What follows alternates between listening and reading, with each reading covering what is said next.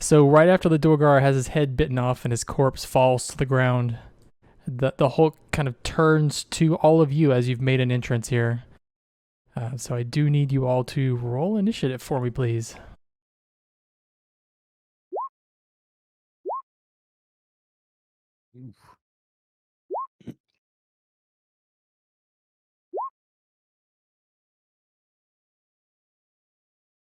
I think that's the best initiative I've rolled in a long time. A straight up 7. I love it.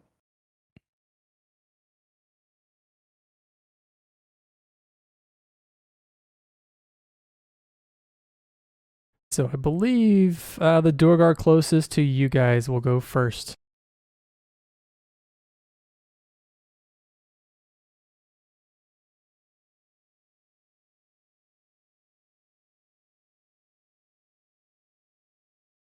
I think he turns around. He takes a look at you, Laja, and he makes a motion right towards you.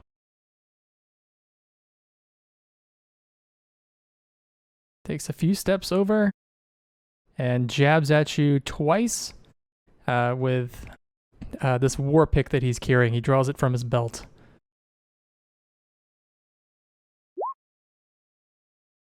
How about a 23 and then a 15? The 23 will hit. That's 6 piercing.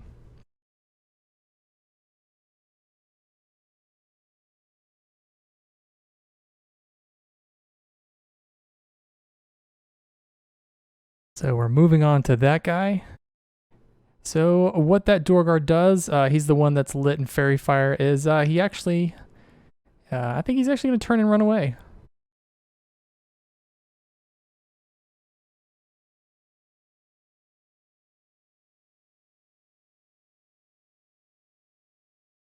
Oh, I need to check for my concentration real quick. I almost forgot.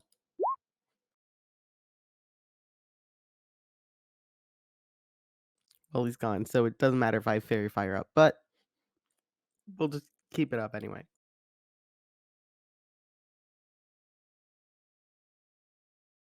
So the Umber Hulk,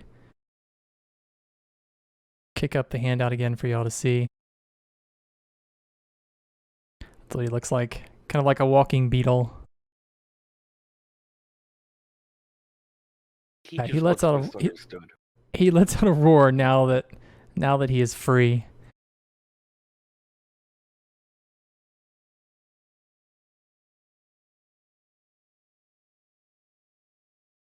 Guys, I need 10 minutes. I'm going to try and talk with them. You got it, dude.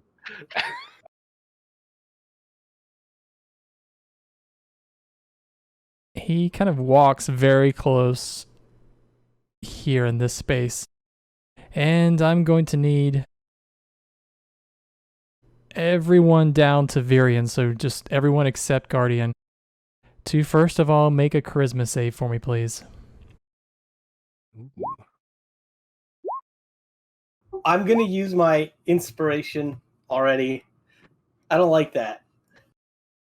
Oh, damn. Virion is the only one that is saved currently. Wow. Regard, now you're good.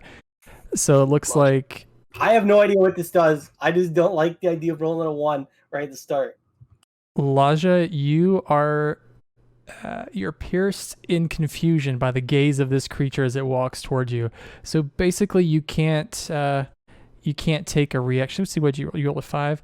You can't take any reactions. Actually, you can't do anything on your turn except use all of your movement to move in a random direction. Okay. And your turn, after this next turn, you can try again to see if you break it. But that's all you can do is run away. As a direction of your choice, though. So there's that. Okay. But the Umber Hulk, he's going to make 3 attacks here on the Dorgar, your friend. Actually, the one that's not your friend. Maybe he won't attack us once he kills this guy. Maybe the vision is just a passive trait. Oh dear. Yeah. So what happens is after the Dorgar runs to you, makes an attack, Laja, he doesn't look at the Umber Hulk at all. He kind of sneaks up behind him. You're paralyzed in confusion. The Umber Hulk then brings his mandibles down and cuts the Dorgar in half. So this one round was enough to kill the Dorgar. Oh man. Jeez. Which takes us to you, Laja. Well, Laja is gonna run away in fear, away from it, and that's basically as away as I can get because I just don't think I can get back there. And I believe that takes us to Guardian. So wait, it killed the thing in 1 or 2 attacks, or did it take all 3 attacks for it to kill the Dargar? It actually only took 1 attack. I just made it do all 3 attacks, so the 3rd attack was unnecessary. If that's helpful. Oh, yeah. I'm just wondering, like, did it seem hostile towards us, like, or does it seem like it's a little different now that it's killed the last Dorgar? Well, it's covered in Dorgar blood and parts. It hasn't distinguished you guys as either friends or foes yet, but that could change in an instant. Just walk forward and look at it. Actually, give me an animal handling check if you could. Sure.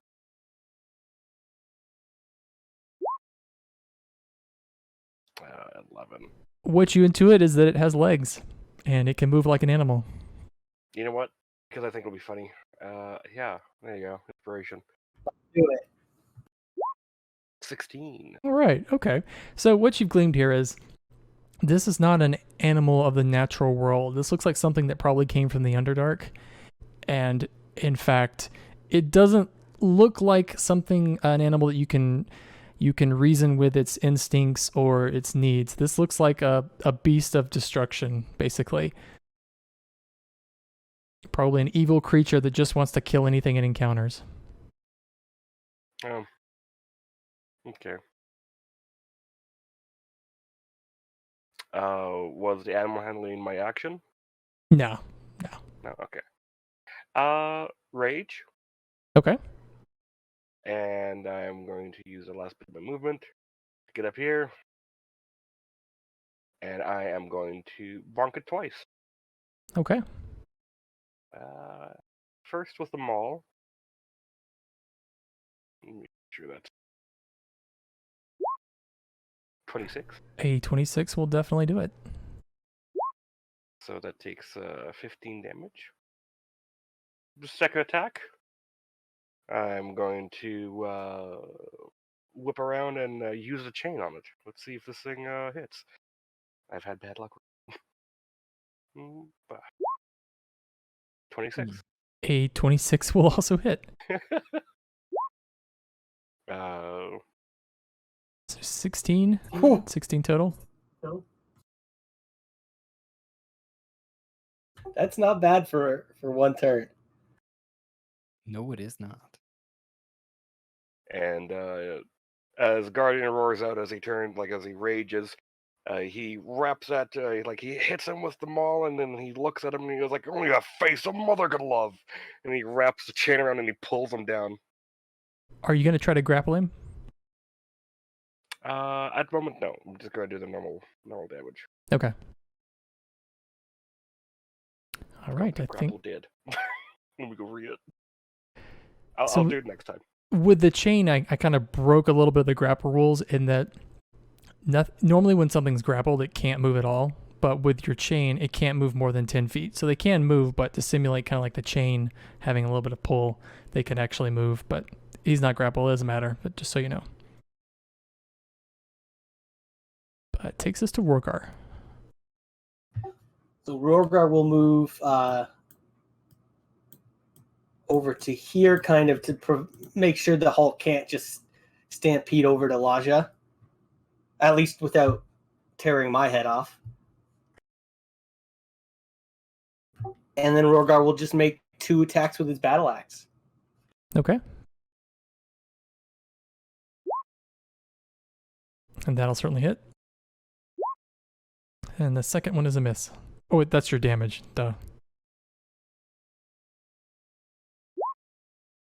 But that one misses. That does miss, yes. 2. That's 2 on the night so far.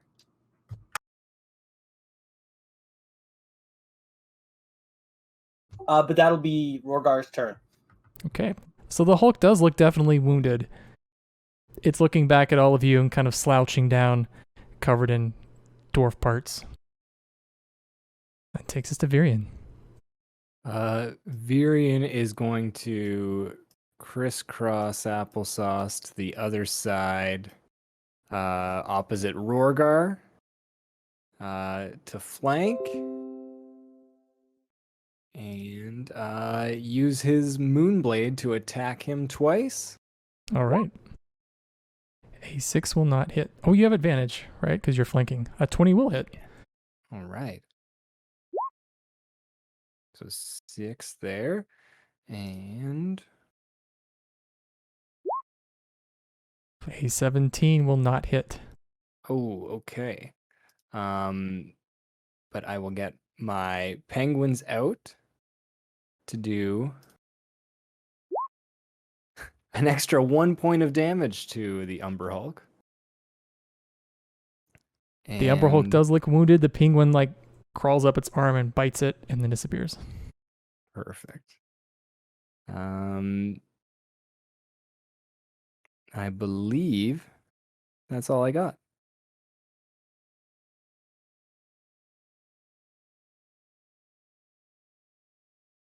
Yeah.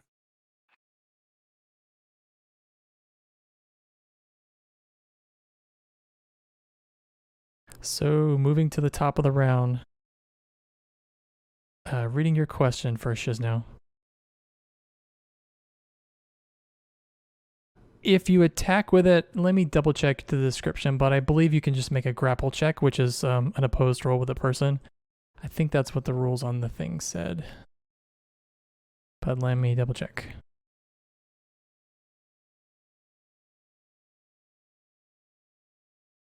No, that's not right, actually. You have to take a grapple action. Sorry. So you have to, instead of attacking it, try to grapple it. Okay. So let's see, moving to the Dorgar, who at first ran away, but now that you're all in the room, he pops back up to make an appearance, and he pulls a javelin from like a sheath at his back and turns and throws it at you, Virion, as you are facing away from him. Wow, what a jerk. Frig. What are you throwing stuff at me for?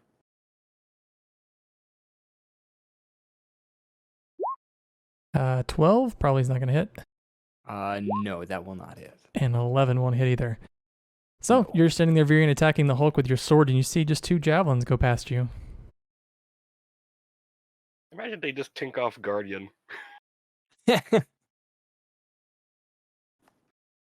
And now the Umber Hulk, he is going to turn to you, Virion, which I think is the moment you've always been waiting for, Rorgar.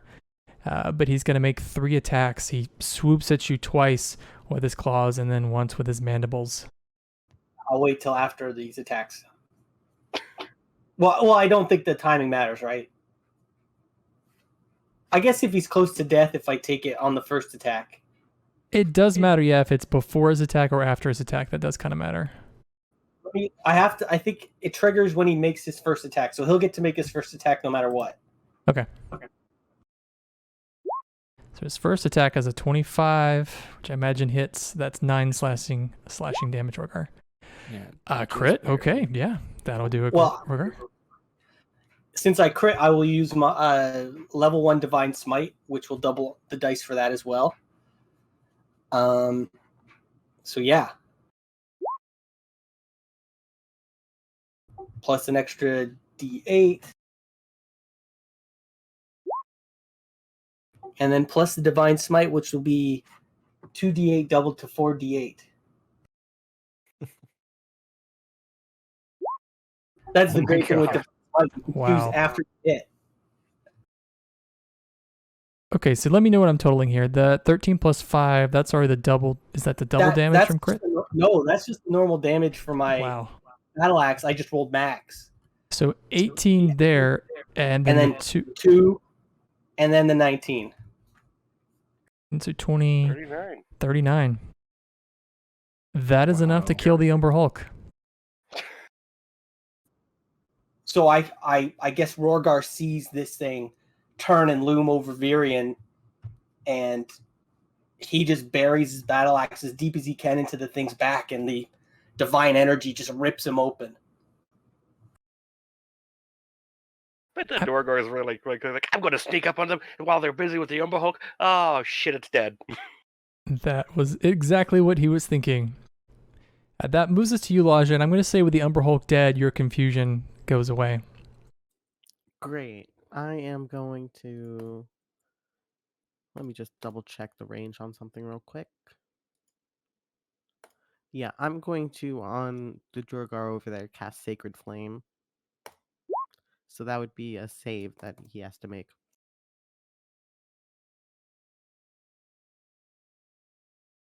One moment, he is not an Umber Hulk. He is a dwarf. And he failed his save.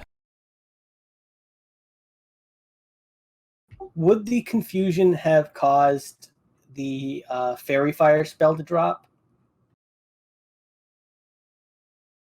That's a good question. That's a good question. I think it probably would because the description says she can't do anything but run away. Yeah, that's fine. It still was effective. It caused the Umber Hulk to go crazy, right? If I'm Yeah, remembering. His first target, he picked one of them, yeah.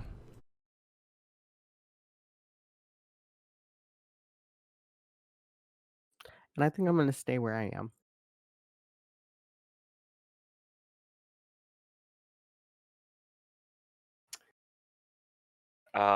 Garden's gonna look at Rogar for a second and just like do like like how the Hulk would like flex forward for a second there. That's what he's gonna do, as he then turns to look at that Dorgar, and he's just gonna rush over to him. He's like, "You small little piece of shit," and he's just gonna bash him with his maul. Reckless. 2 strikes. 14. His maul, you probably need to be closer, right? Oh. You don't have reach. Oh, am I not in front of him? I must get him in front of him. Oh, you're one spot away. Let me refresh. Yeah, Did I roll with advantage, by the way, or was that just a normal roll? it's just a normal roll. Okay, I gotta do that again. Uh-oh. I'm getting the forever loading screen of roll 20. Oh no. Alright, there. Come on, roll 20. You can do it, I believe today. It's been a little slow tonight for me too. There we go.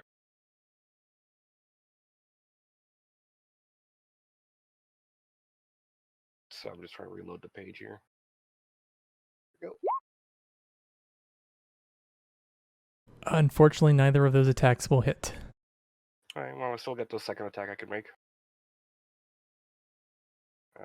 Actually go in. A 17 will hit. Yeah. I went ahead and moved you over because you were still off on my screen, but that's where you wanted to end up. That's where you are. In front of him. 13 damage.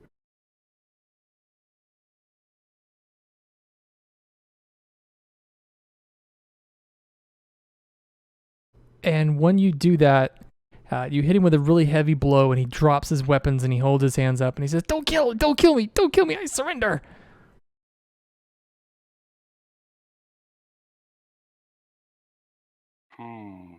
Can I still do things, or are we still in turn order? We're still in turn order. We're going to take it to Rorgar. Okay. You guys tell me if you want to spare his life or if you want to kill him. If you want to kill him, we'll stay in combat. Well, I was going to move up and just attack him non-lethally. Okay.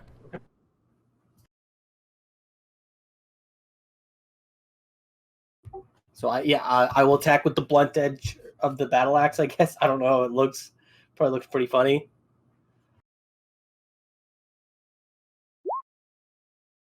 $20 hits.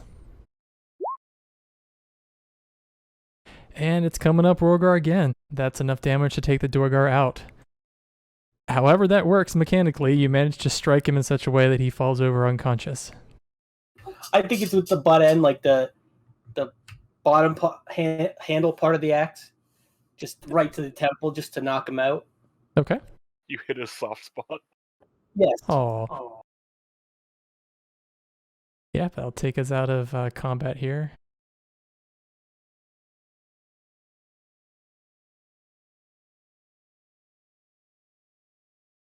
So the Durgar is collapsed at your feet. So we kind of went straight into combat, so I didn't really describe this room very well that you're in. So this is a room. The roof is a little bit lower and it's much cruder than the rest of the structure that you've been in. You're very clearly probably moving into the mountain here. So the keep is built basically carved out of a cliff into the valley, and you've probably moved it into the ground. So Before we go any further, I'd like to give Laja 5 points of healing with lay on hands, and Virian 5 points of healing with lay on hands. Okay. Thank you. Oh, I really needed that. So there's a large tunnel to the north, at least on this map, to the north of like where Laja is, which is where the Durgar were actually coming from. To the west, to where you all are, there are crude tunnels that are cut into the side of the stone. And Laja, you immediately recognize this being a dwarf. This is obviously the part of the mining tunnels that this keep has been working into. So what they'll do is when they're mining, they're digging into the mountain itself, digging underground, finding minerals and pulling them out. And eventually this area will be chiseled out to a point where they'll just extend the keep and actually build up proper walls and everything. But it looks like this is still the mining portion. And you can see like some carts here and stuff with really nothing in them. But the walls are cruder and stuff to show that they have not been carefully shaped or anything. And to the east, there's a very large door, talking about right there, that is closed.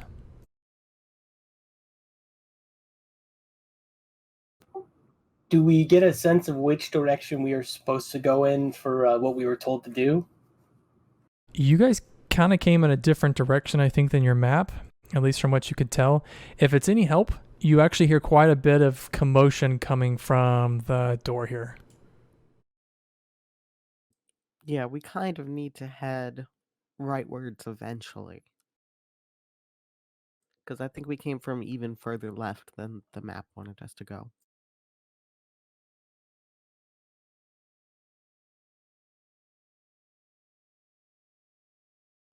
Well, should we explore, or should we just barge on in?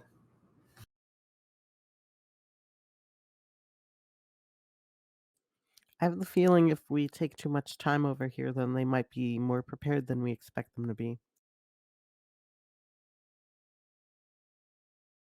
I'm a big barge fan myself. I'm down for that technique. Yes, we could explore after our victory.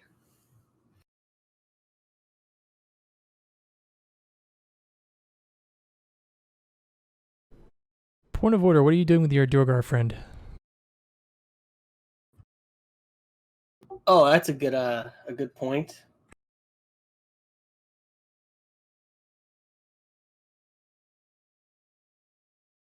Garns is looking down at him. Like, any particular reason why we're leaving this one alive? Well, it seems if someone surrenders, it is just a nice thing to do.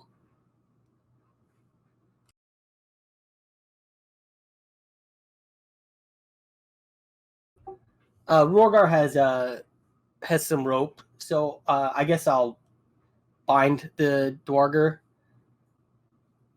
just so he can't attack us if in the back if he wakes up.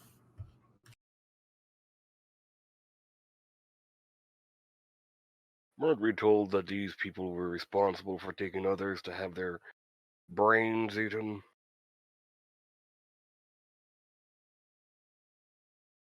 That may be true. But maybe they're being forced to do that by this brain eater. I don't know. I don't see a sword at his throat, making him do this.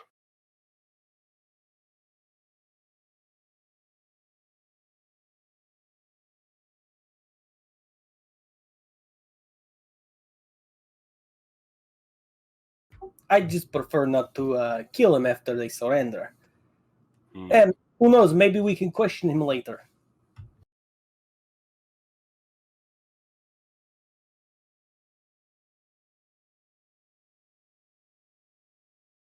But Rorgar, since you're standing next to the door, let me tell you a little bit about it. It's about 15 feet high. It's 10 feet wide. It looks like it's iron, and it's set into like a 20-foot, 15-foot wide wall. So it's this massive door, and there is a substantial construction on the front of it that looks like it's a lock.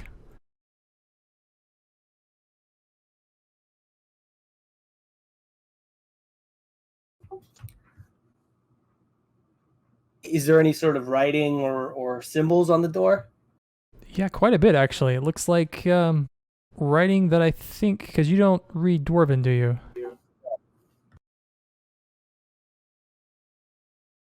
Mostly decorations of like Moradin, so like anvil imprints and stuff around it.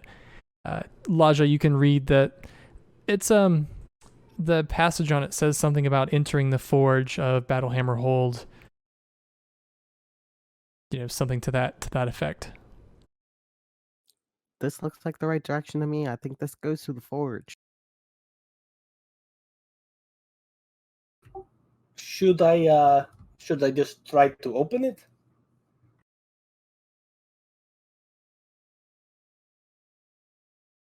Unless anybody thinks we should go a different way, I think this is the most direct way to get where we want to go. Well, since we're taking our time, how about we knock on their door? Tell them we're here to clean up the mess. Maybe give them some food too. I will Uh, push on the door. And the door doesn't move because it's apparently very locked. You do hear sounds behind it. There's sounds like a very loud, like clanging sound, like perhaps metal on metal. Door's a little warm, but that's about it. It does not move. I was I was half expecting some sort of poison or trap. And there's a very obvious lock on it, like a keyhole. Yep. I am not skilled at lock picking. Maybe we should look around and see if we can find the key.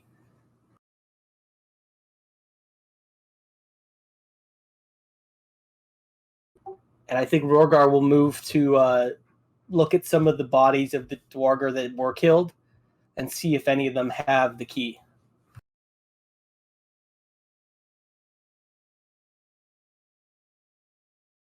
So we're going to focus to Guardian. What is Guardian doing?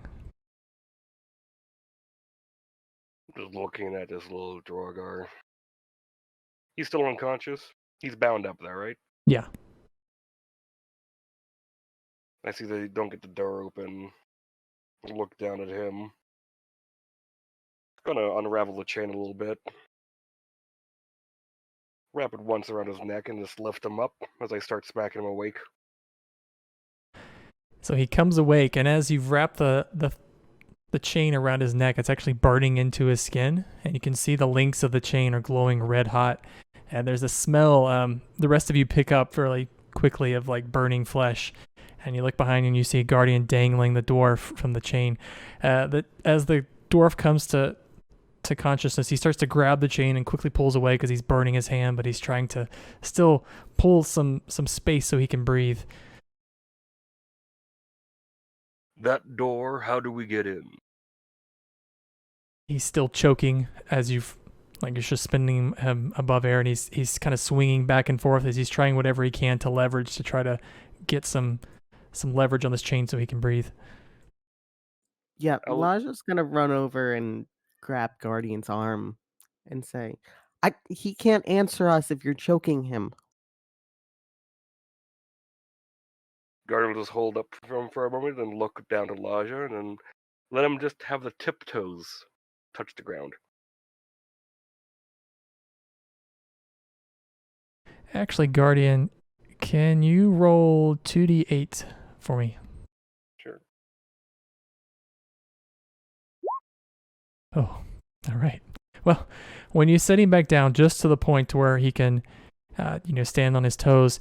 He starts to convulse for a minute, and you see the red part of the chain burns even brighter, and his eyes kind of roll up in his head, and his head goes to the side. And as soon as he dies, you've just choked him with a chain. The chain fills you with a sense of satisfaction, like you did a good job here. It makes you feel a little happy. But the Duergar is dead.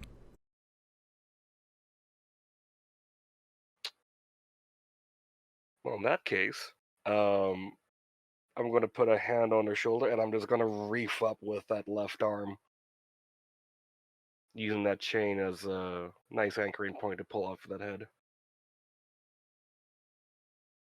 Okay. As you pull his head off, his body falls to the ground, and you hear a clank as he drops his possessions, and tumbling out of one of his pockets is a key.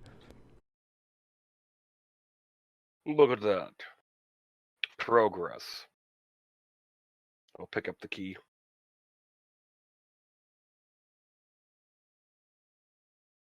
Walk towards the door. He might have just given that to us. Might have. He could He have. didn't. He had no chance. You did not give him a chance, Fred.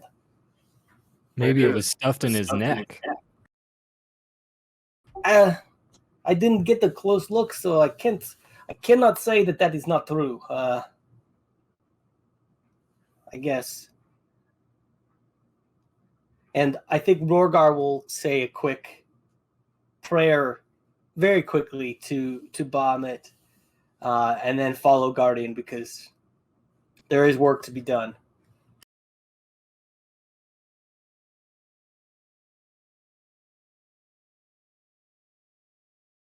So, Guardian, you approach the door. You have a key in your hand. What do you do?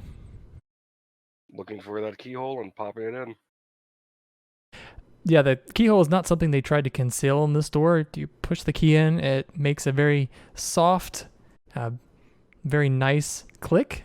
It's very nice. We built machinery, no problems at all.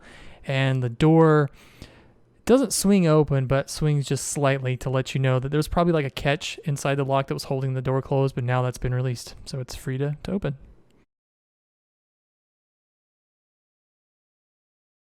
Just gonna look back.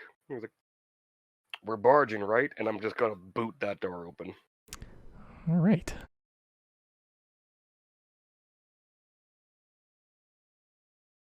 All right, so there is a lot going on in this room. So give me just a moment and I will describe all of it to you. It's going to take a little bit. So first of all, the thing that you notice that right as the door opens right in front of you, there's a large forge in the center of the room. And it looks like there are several anvils that are set aside on surrounding this pit that's set in the floor. And there's this large thing here. Right there, where molten metal is coming out and pouring into the pit. So there must be some place where this is going because it's not overflowing. Probably what happened was people that were working in the anvil, working in the forge, they would dip whatever they were working on to this hot metal and then shape it on the anvil, on the anvils they were working on. As you look, you see there's a bit of glint of metal around this place, like somebody was probably working on something. But from this large thing, you hear the sound. It sounds like someone is pushing something. It's like a sound of metal on metal coming from the inside of this thing, but you don't really see anyone operating it. What you do see on little turrets kind of set all around the room that are about 20 feet off the ceiling are a number of Duergar.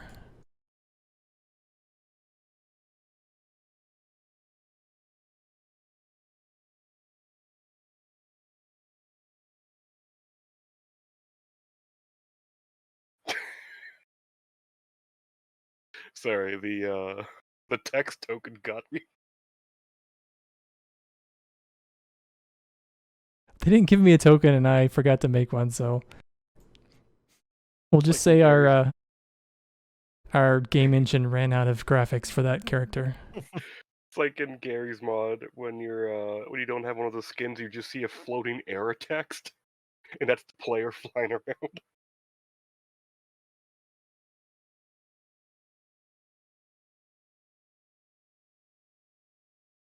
But what probably catches your attention next after you see this forge is the most remarkable thing in this room is what looks to be a large dragon.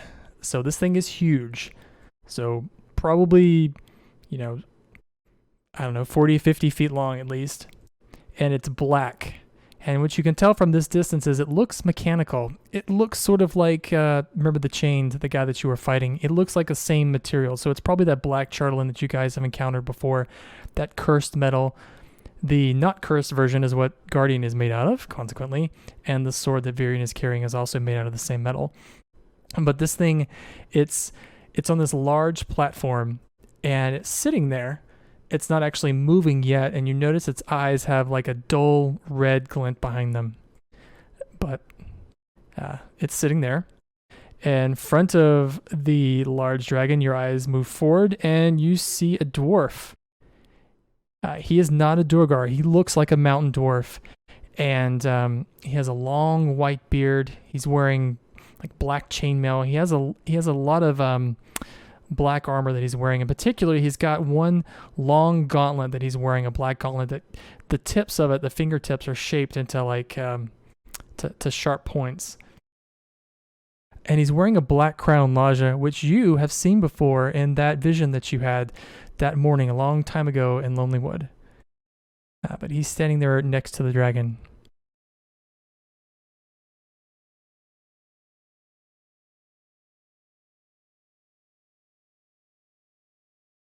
You immediately recognize that is the king of Battlehammer Hold, the one that went crazy and turned all of his people, or turned all of his machines on his people to have them murdered.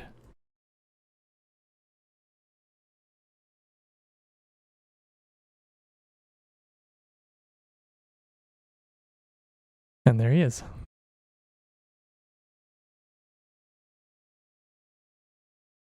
And does it look like they noticed us necessarily yet? I think by the way that Guardian opened the door, yeah. So the probably 18 Durgar in the room, the king, all turn their heads towards you. And let me take you off the initiative so we can re-roll and get us going. Oh boy.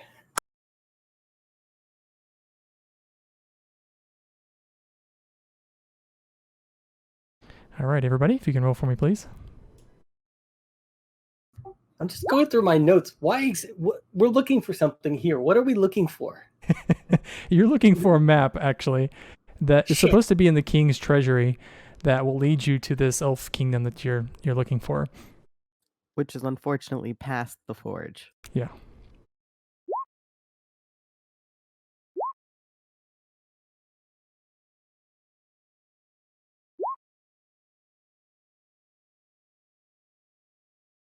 I think Guardian goes first. That makes total sense. Boot the door in, and the moment my foot touches the ground from the kick, I'm immediately rushing up to this guy here, raging. How high is this? Sorry, what are you pointing to? This up here. It's 20 feet up, and actually it's going to be difficult for you to climb it because it's sort of like a landing that's built up, and they actually have railings over it with little cutouts for arrows. So it's sort of like arrow slits into it. You could climb it. There's a ramp that leads on the side that's probably going to be much easier for you to get up to. Okay. Let me see something. That dragon's not moving, is it? You haven't seen it move yet. Well, guess what's within my range? This is just seconds after you kicked open the door, so who knows what's going on here. Yeah. Oh, you know what? I don't know if that's the creature or not. I don't know if that's the mechanical thing. So, 1, 2.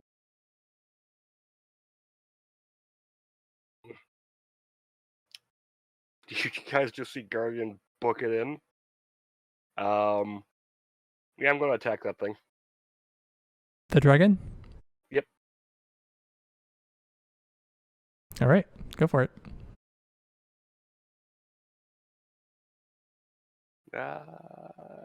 I'll just do 2 normal attacks, not reckless. What weapon are you using? First attack will be the maul. Second attack will be the chain. Okay. A 25 will hit. 25? Okay. Yeah, if he said miss, guys, I'm turning back around on my next turn. All right, and here's a chain. 20 will hit.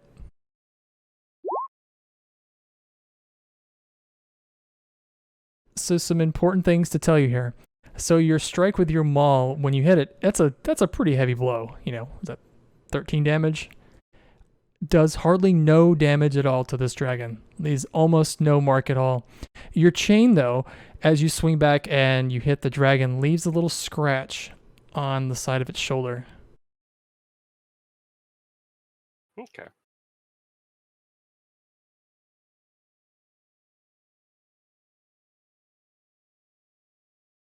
When you hit it on the side of the shoulder, you hear there's a creaking sound, groaning. The red lights of the dragon grow brighter and brighter, and it turns its head and leans down to you, Guardian.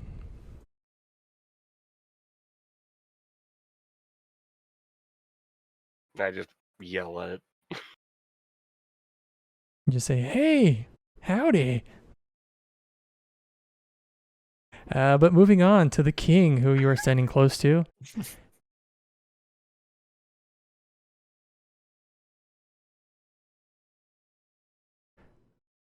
We could still close the door and run. That's right, no one else has made it in the room yet. Time I to wouldn't abandon blame you Guardian. guys. I wouldn't blame you guys if you did that. Guardian, why don't you give me a wisdom saving throw? Because to your left, if you're facing the dragon, you hear the words of a spellcaster. No. Wisdom, you say? Wisdom, yeah. Oof. Hey, that's a great that's the save you want to make. As his whole person spell, you resist it.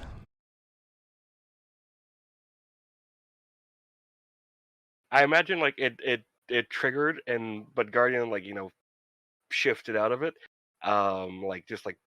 Just jerking his body a bit, and there's like some debris of his armor just floating in the air as it's been held. It's just like the excess moss and some loose bark. And then the king says something, and he grows in size. So he's not a Dorgar. He shouldn't have this ability, but he still does. He grows to a large size. So where he was normally not the size of a dwarf, now he is probably 15 feet tall. And now we have some Dorgars doing some stuff, so bear with me.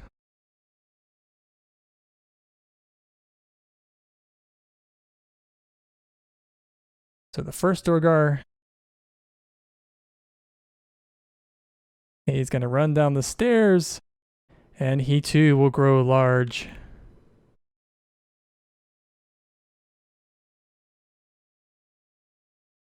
The Dorgar here is also going to run down the stairs.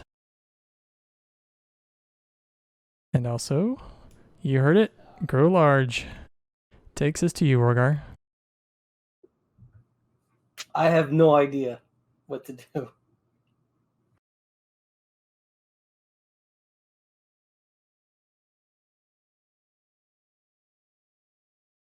I think Rorgar will run into the room.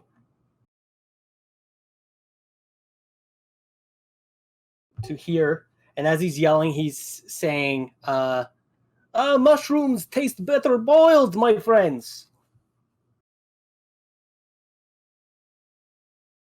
You get no replies.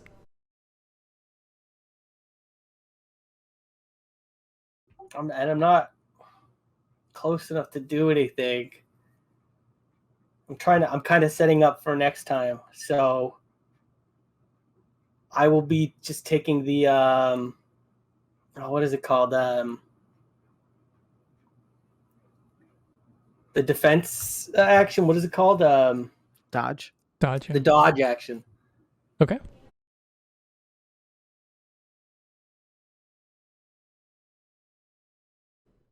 So we move on to another Dorgar.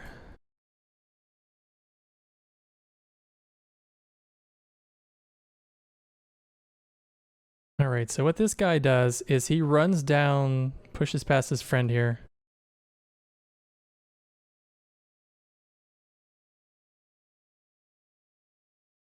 Actually, yeah, let's put him more right there. And he peers around this thing before he ducks behind it, and he extends some psychic control right at you, Guardian, as he's trying to take over your mind. If you give me an intelligence saving throw, please. Shit. 17. Very good. Doesn't do a thing. -1. You feel what he's trying to do, though. You encountered this before back in the tundra one time when you encountered one of these guys. So this Dorgar, he's not wearing the chains and he's carrying the shield as the others. He looks like he's wearing just thick leathers. But these guys, you saw them before. What they do is they try to use their psychic ability to take over your mind in particular. So it's possible they have some kind of affinity towards mechanical things like you and perhaps this dragon. But it looks like he tried to do that and he failed. But we move on to Virion. Virion, having watched Rorgar run in and shout something, is just gonna run right up to where beside him. I guess he can get to about here. And just shout, yeah, the mushrooms do taste better boiled. And see if that garners any kind of response. The king kind of gives you he tilts his head to the side and gives you a kind of a confused look. And this is very obvious because he's 15 feet now, standing well over this platform, whereas before he could kind of duck behind it. But yeah, no one else in the room reacts. All right, it was worth another shot just in case. I guess Virion will draw his bow and take a shot at the dragon after seeing Guardian go that way. Hey, that'll hit. Right. 5, that's great. And he'll knock another arrow and shoot at the dragon again. A 16 will not hit. Okay, but the penguins will attack the tiny legs or not the tiny legs, the very large legs of the dragon for 3, so 8 damage total. Rangers do lots of damage. So the arrow that you shot, the first one, the one that did damage, it really only leaves like a scratch on his shoulder before it just breaks into a million pieces. And the second arrow that you shoot just bounces right off of this thing entirely. And your penguins kind of walk over to it. They hop up the platform, moving kind of slowly. It's been a long day. They kind of bite at it, hardly do anything that you can see at all, and they just disappear back to the place they came from. Perfect. So probably didn't actually do any damage. And I guess that's everything that I can, or that Viri can do here. Moving along here. This Durgar, let's see, he's going to move to this point, and he pulls back a crossbow that he'd been carrying, points at you, Virion, and takes a shot. Actually, he takes 2 shots, I should say. 21 and a 14. Those will both hit. So that's 10 total piercing damage. 14 hits you? Just hits me.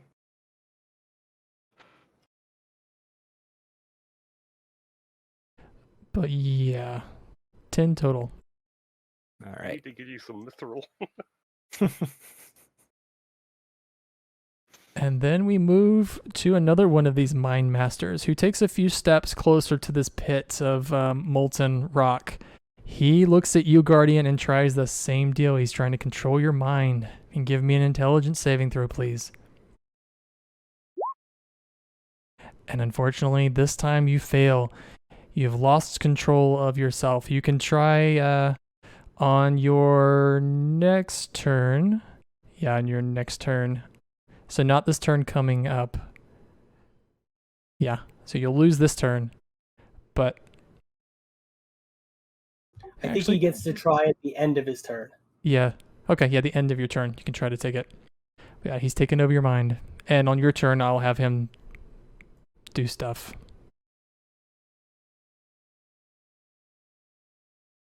Another one of the Durgars takes a step forward, aims at you, Virion, again with his crossbow. I imagine a 5 and a 10 are a miss. And in fact, that 5 was actually a 1, so he definitely misses. Alrighty. Taking us to Laja, and I have a feeling it's going to get very fiery in here. We'll have to see. I Just don't have a know. feeling. First, I'm gonna move up and see how close I am to everybody. I can go next to Virion, so.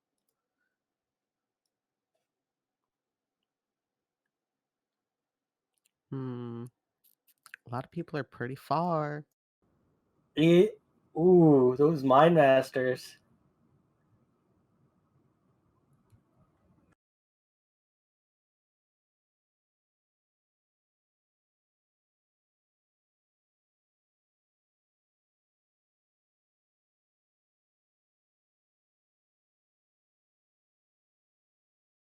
Yeah, let's have fun with fire.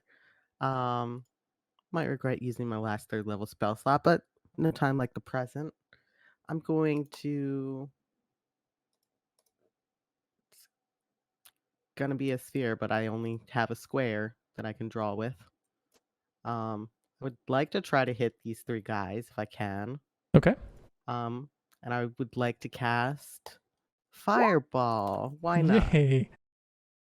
Oh, Jeez. and look So- at all the 2s that were rolled. That's not even like a great roll. So I'm going to go in a triangle closest to you and then clockwise around on saves here. So the first guy Sounds fair. saved. Second guy didn't. And everybody's buddy, the Mine Master, he did not save. So it looks like the first Great, guy well, is the only one. Yeah, the one that saves gets half damage.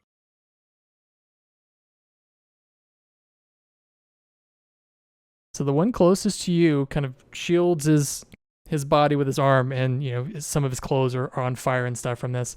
The Dorgar that's furthest away from you, he catches on fire and he falls to the ground dead. The Mine Master though, who is kind of hiding behind this thing, it looks like he's pretty burned. Some of his clothes are on fire, but he's still moving.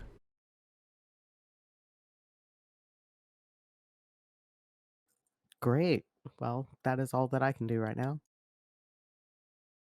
There's a loud swoosh and a boom from this fireball.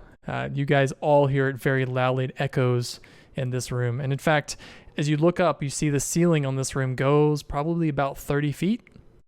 And then as your eyes go up, you see there's actually, it looks like some kind of shaft on the end, which is actually right above the platform this dragon is standing on. It's a shaft that goes up probably to the top of this floor, higher than the second floor, which is actually how you enter the keep. You enter the keep on the second floor, and then all the way up to the top floor, you can see shadows from probably where it is. This will become important later.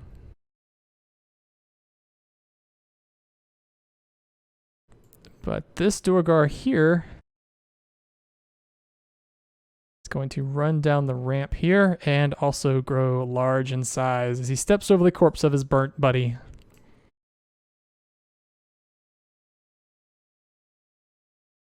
But moving on to the turn of the dragon.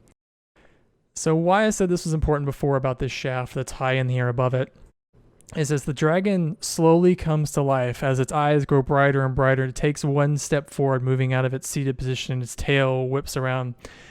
You see the smoke that's above it kind of start to blow away, because it was kind of smoky in this room, and you realize the air is being pulled up. And as you look, you can tell the air in this shaft is actually a bit brighter.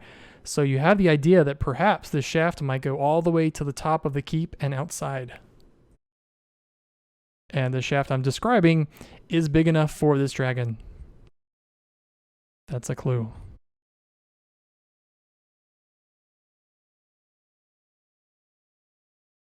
But what happens is, as it starts to come to life, it stretches its wings out, which completely go past the platform. And it does like one swoop of its wings. And as it does that, it catches the smoke from that fiery pit, and it kicks smoke all throughout the room. And in fact, for this next turn, or for this next round, the entire area is obscured, which means all range attacks will be at disadvantage. But that is the dragon. So on Guardian's turn, what the Mind Master is going to do, who has control of you, Guardian, all he can do at this point, he can't make you move your entire range. He can make you move 10 feet, but you slowly walk towards your party, and you can feel his intention is to have you kill them. You can give me an intelligence check again, please. Oh, it's intelligence saving throw right there. And you break free of his control.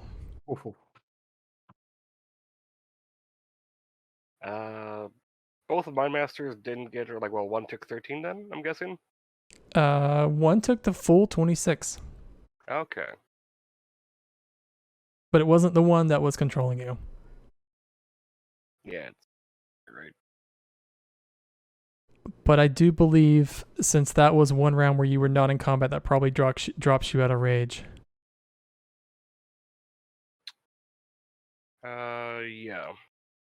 But the king, as you walk away, he looks at you and he says, another one I can melt down and use. And he points his gauntlet in hand, the one that's coated, the one that's like built out of that black metal. He points it at you, Guardian, and he fires 2 Eldritch Blasts right at you.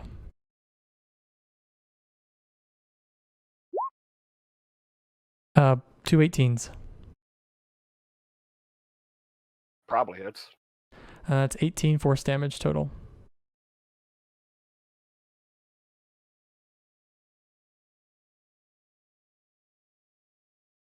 Which takes us to another Dorgar. So this guy, this large guy, he makes a motion towards you, Laja, and he swings a war pick, a giant war pick now that actually grew as he did, down at you.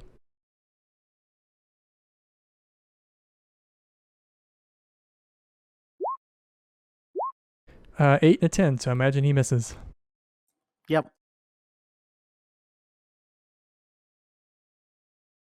Taking us to you, Rogar. So looking at this dragon, does it look like the devices on that platform are holding it in place at the moment? They probably were there originally to do that, but they're not currently holding it down.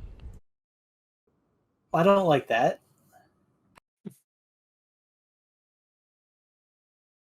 Okay, I'm gonna do something stupid. Yes. So Rorgar's gonna use his movement.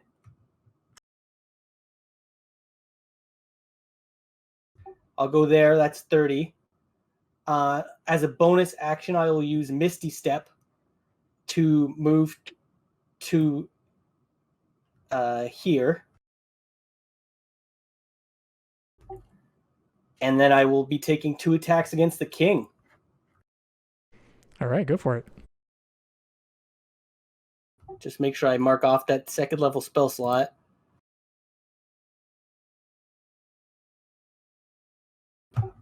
Oh, shoot. And it takes my... Everything's a bonus action. So you can't smite him?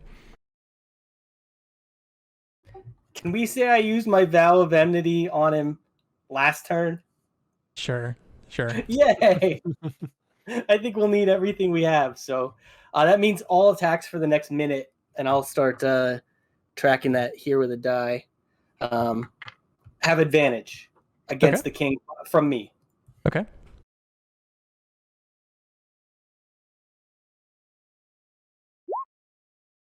A 16 will hit, actually, just enough. So this will just be a normal hit. All right.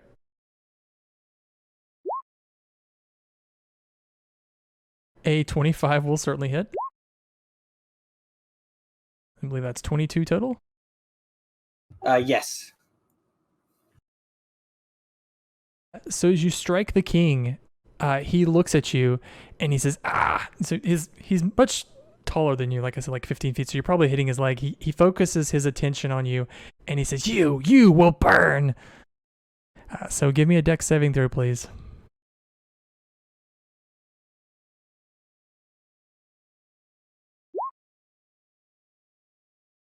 That is unfortunately not enough, as he uses his hellish rebuke on you as his gaze turns to you, and you catch on fire, Rorgar, taking a total of 16 fire damage.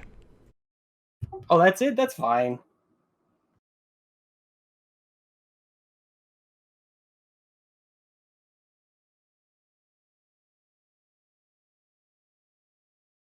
I think that's And it for work. That's it for Rorgar. I did quite a lot. I hope. You brought it personal. It's personal for the king now. You came in his face. If I get one more Phrasing. turn, if I get one more turn at this, it's going to be even more interesting. So the Durgar that was hiding behind this thing here, he moves to like this anvil here, so he's just peering around the corner.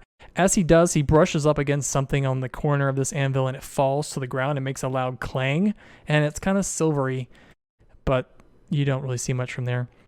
But he leans around and, sorry, Guardian, picking on you again. If you can give me an intelligence check.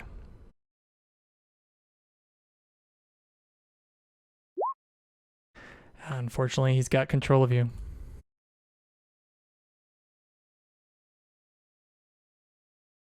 But takes us to Virion. After Laja had been attacked by this large Dwargar, he's gonna get into place and take out his Moonblade and take some hacks at him. Imagine a 9 won't hit. 9's not going to do it. And second attack, 15.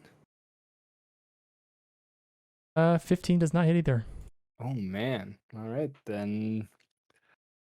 What else can I do here? I guess as a bonus attack.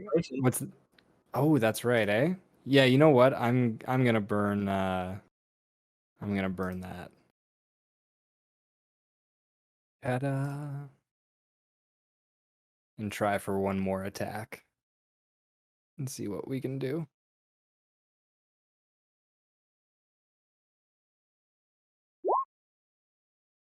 A 19 does hit. Their AC Alright, 16, so. Okay.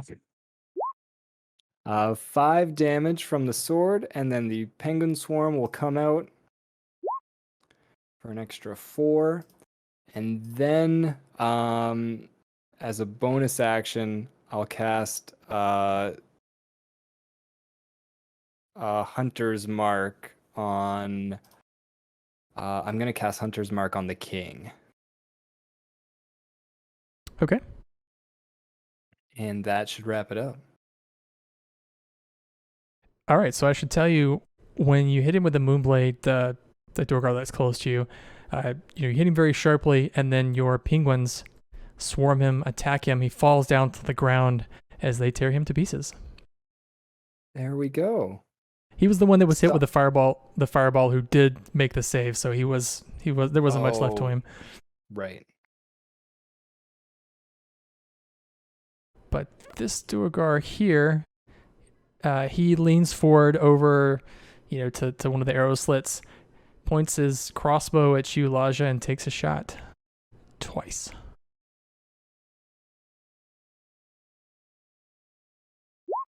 14 and a 22.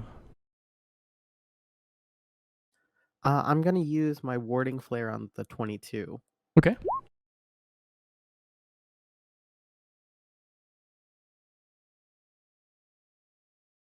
To give him disadvantage, I rolled twice. I have it set to roll twice for me, so his disadvantage roll was a 9. So I believe that's a miss. Okay, great. So neither of those hit. Very good. So the second Mind Master, the one that does not have control of Guardian, he looks to you, Rorgar, and tries to exert mental control of you. You can give me an intelligence save too, please.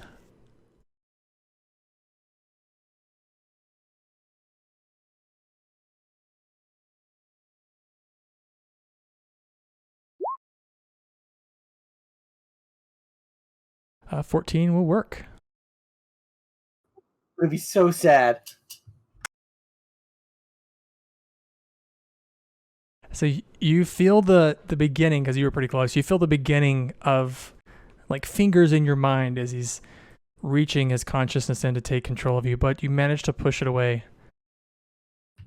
And with that, Rorgar will look to the Mind Master and say, I do not consent to that kind of behavior. I'm sure they're glad to hear that. The second Dorgar here at this turret leans over and takes a shot at you, Laja. 2 20s. Okay, yeah, that'll hit. That's a 10 piercing total.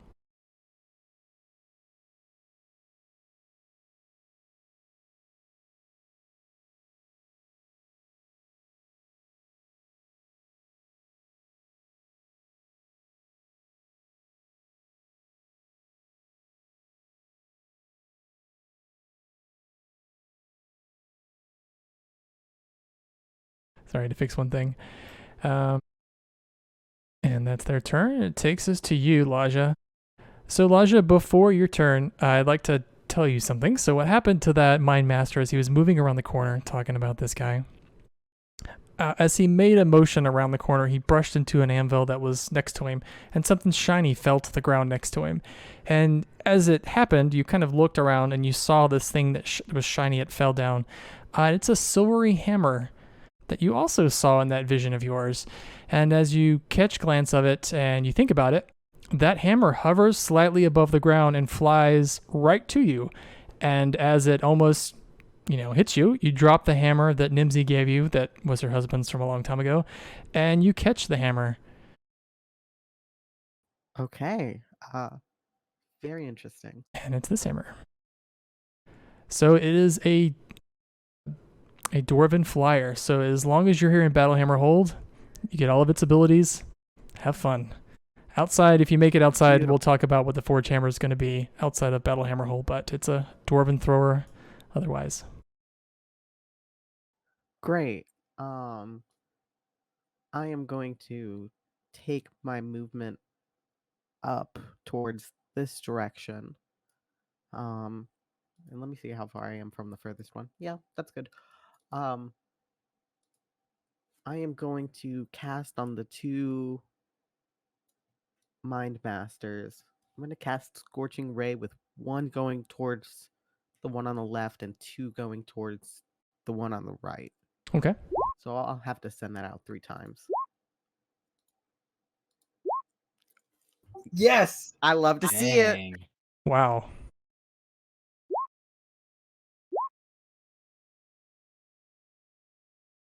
Not too bad. That's really good. That's unreal. It's And- it's a well- ranged spell attack though, but you need to do disadvantage because of the smoke in the room. Oh, right. Well, we'll see how it goes. If you just give me 3 rolls, we'll keep them in order. Yep.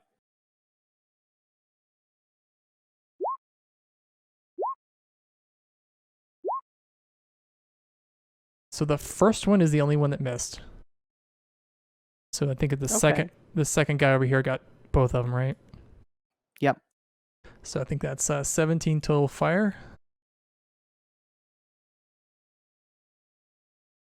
It could be the fire damage or it could be the light of the scorching ray, but he sort of recoils as the two rays strike him, but he is still alive. He's not fallen over. And the second, well, actually the first door guard that you attacked seems to have perhaps ducked behind this thing, and and you missed him entirely. As you're closer to this thing, Laja, the sound that you're hearing sounds sort of like a drum, basically.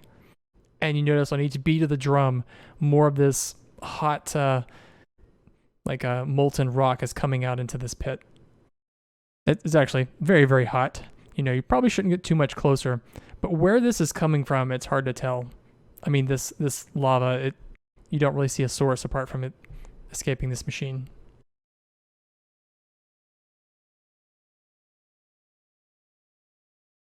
That takes us to this large Dorgar, who I believe could move right here. And he is going to attack twice with this large war pick that he has at you, Virian.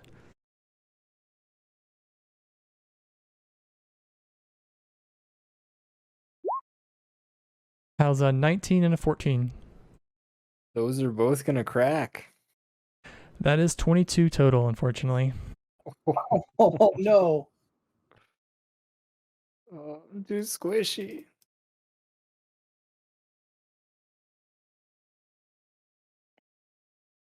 Barely hanging on here.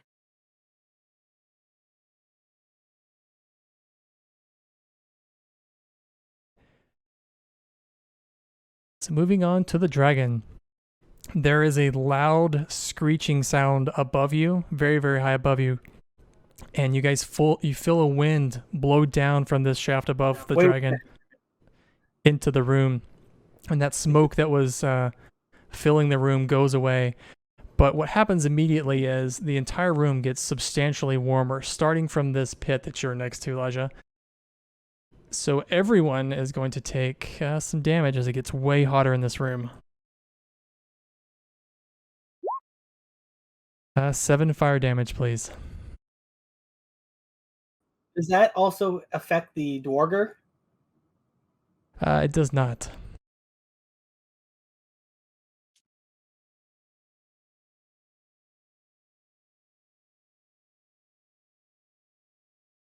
There's no way like a friendly dragon flies down that shaft at all or anything like that, right? It could happen. It's large enough for a dragon, sure. But that was 7 for everyone, right? I didn't mishear that? Yeah, sorry, 7 for everyone. Okay. Virian passes out from smoke inhalation.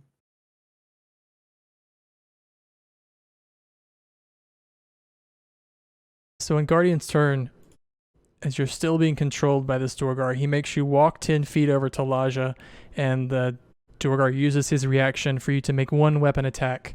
Let's say with your maul at Laja. Oh, he might not be there. He just went. He got away from computer for a sec. Oh, okay. We will get to that when he gets back. We'll just skip his turn. We'll pick up with that. Let's maybe jump to the king.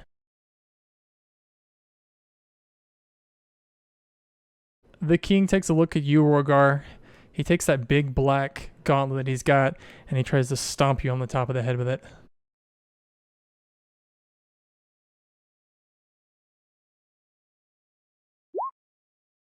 How's a 19 and then a 16? 19 hits. That's 8 piercing. 8? Okay. Yeah, 8.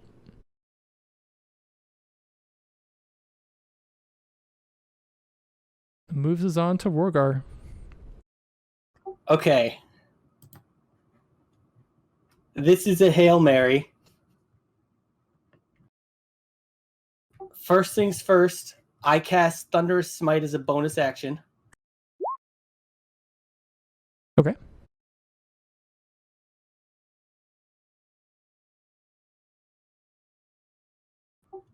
Then I take 2 weapon attacks against the king with advantage. Okay. And let me guess, your objective here is to push him into the lava? We're going to try. That wasn't anything that you guys planned ahead of time, is it? No, it's not. Unfortunately, that's not going to hit. Well, I got one more attack. That's not going to hit either. Wow. That's it. That's all I got. I think we're done. Nick's got an inspiration. I was gonna just about to offer the inspiration, the last of our currency. Do I just roll one? Yeah, just 1d20. Yeah.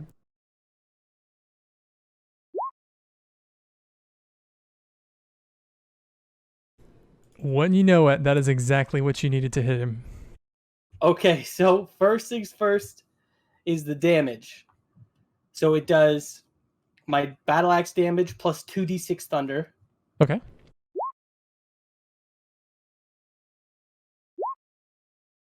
So 15 total damage. Okay. I am strongly considering using my last spell slot to also smite. Normal smite.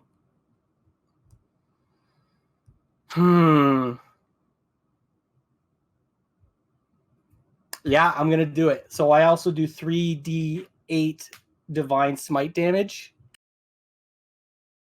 Okay. That's a lot. A lot of dice.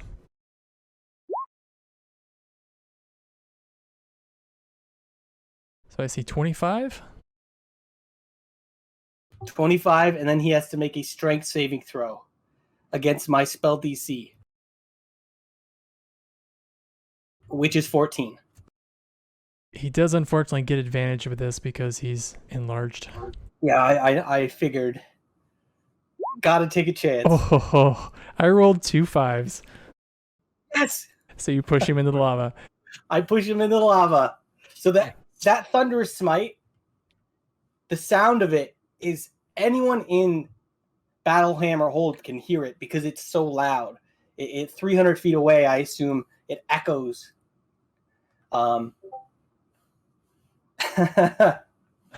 And yeah, the king is pushed into the lava. Nice. So what happens is the king is stumbled backwards and he steps into the lava and then he slips and he falls. He starts to kind of melt and burn away, and he looks to the dragon. He says, now is your time. Now is the time. Rise, destroy them. And the dragon looks up and it jumps in the air, swipes its wings, which blows up some dust and more smoke, throughout this room, and it flies straight up that shaft and somewhere.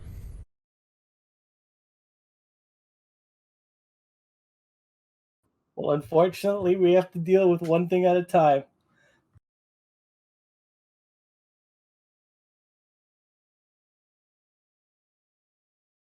So before we continue, Guardian, we had your turn while you were gone. I mind controlled you, made you step up to Laja, and you have to do one attack with your maul. Not an advantage, just a normal attack. Okay.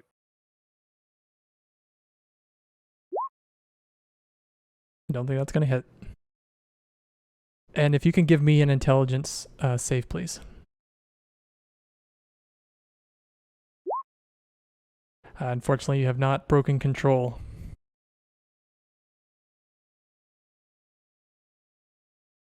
So the king is obviously melting and stuff in front of you, screaming Rogar as he does so.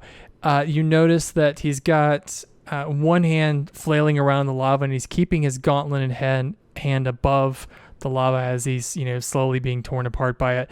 And it was that hand that he had raised in the air as he made that call to the dragon, and it flew away. He's slowly burning up and falling into lava as he does so. Is there anything you want to do before he's completely consumed by the fire here? If you'll let me, I do have my movement. Can I move forward and attempt to pull that gauntlet free from him? You can move forward because I must have moved on before I gave you that chance. But if you want to do anything like pull anything off of him, you'll have to do that on your next turn. Okay, I totally understand. I did a lot on my turn. Yeah, you could make the move if you want to get closer, sure. And actually, can I also use this platform as cover from anyone that would attack from behind me? I don't think you could use it as cover. It's probably not that tall. Fair If enough. if someone's coming from this way, like I know the guy you're talking about, that person doesn't actually have line of sight on you. Yeah, if you're standing in front of it, or at least you'd have mostly covered. Yeah. Perfect.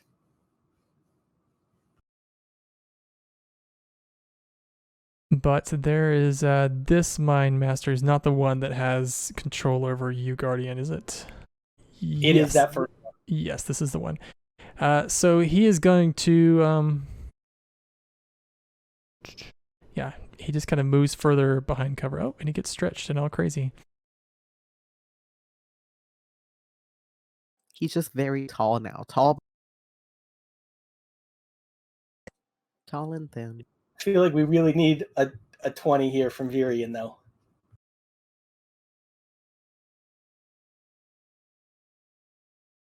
Let's see.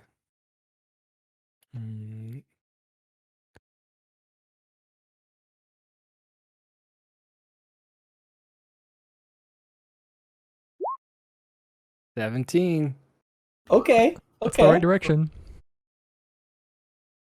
1 success. There we go.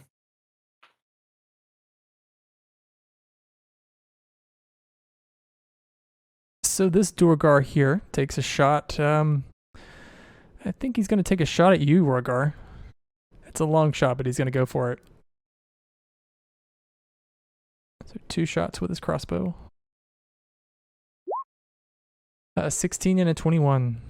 21 hits. All right, that's 5 piercing.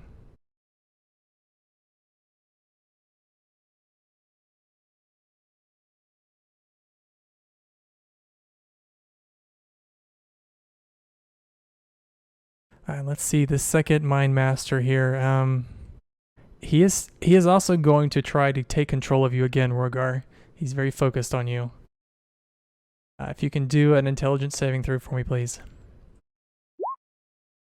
Ooh, unfortunately, that is not enough. He has gained control of your mind. So just like with Guardian, what will happen is on your turn, at the end of your turn, you can do a save, but he will be able to control you until then.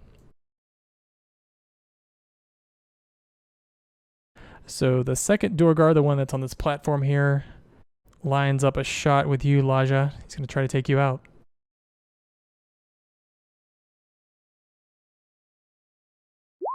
A 22 and a 7. Okay, well, I will give disadvantage to that 22 because I still have a little bit of this left. His disadvantage would make it a 15. That will not hit. All right. And speaking of Laja, it's your turn. I am, apparently going to move my tabs. I'm going to take one step over, not leave Guardian's range because I don't want that attack of opportunity, but I am going to attack with my fancy new hammer on the Durgar that's right there.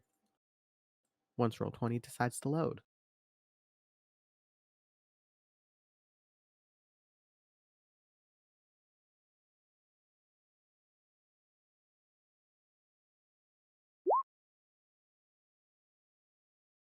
A 24. Which were you going for?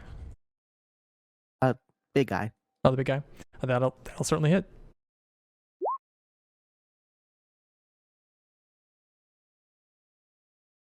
Because it's kind of fun, I think he's considered a giant. Oh, beautiful.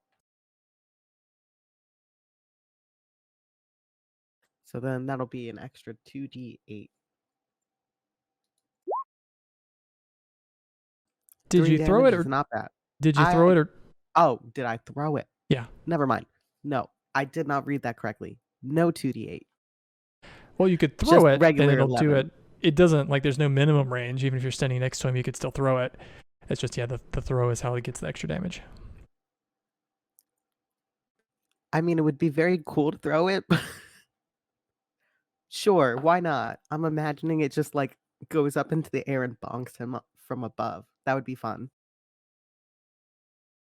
The hammer leaves your hand, it strikes him, and then just smoothly flies right back to your hand. but it does considerable damage to the Storgar. I mean, he stumbles backwards. He was not expecting that at all. And in fact, he's going to turn at you and try to stomp you with his the large pickaxe that he took out Virion with.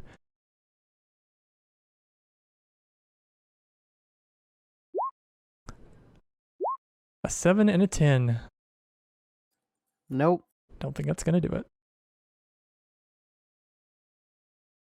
it. Guardian, I think you're still under control here.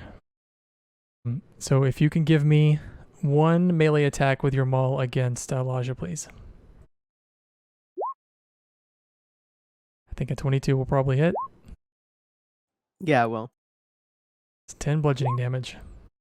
Okay, but you break free with that intelligence save.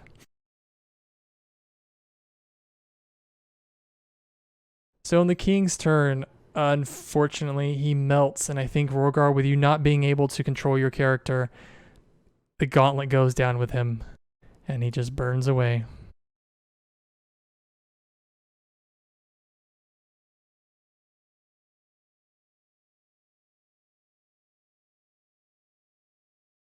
Taking us to Rorgar, while the Mind Master has control of you, he moves you 10 feet in this direction.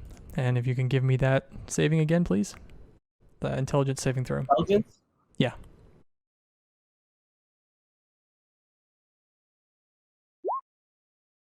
That is unfortunately not enough. He still has control of your mind. This isn't considered a disease or anything, is it? No, let me tell you what it's considered. It's it's a charm is what it's considered.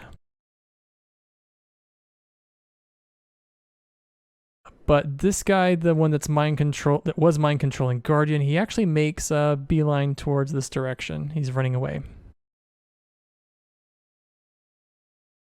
Taking us back to Virion. Okay. Oh no. Oh, 1 and 1. I have plenty of lay on hands healing left, but I'm just not going to get a chance to do it because of this mind control. Yeah, that's all right. I got a couple more rolls. We'll see what happens. So the two you're on the platform, realizing now that Guardian has gotten control of himself, will take shots at you. So the first one, Guardian, he's got a crossbow. 20 and a 7. Hit miss. The hit is 5 piercing.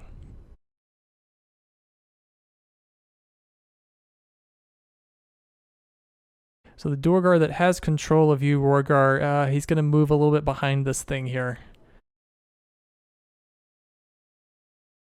Yeah, that's his turn. And the second Dorgar on the platform is going to take a shot at you, Guardian. Oh no. So the first one was a crit, and the second's a 19. Both hit. So let's see. 15 piercing.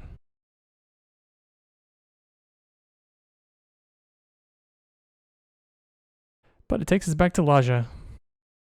Whoa, Guardian's actually going to get a turn. That'll be great to see. Well,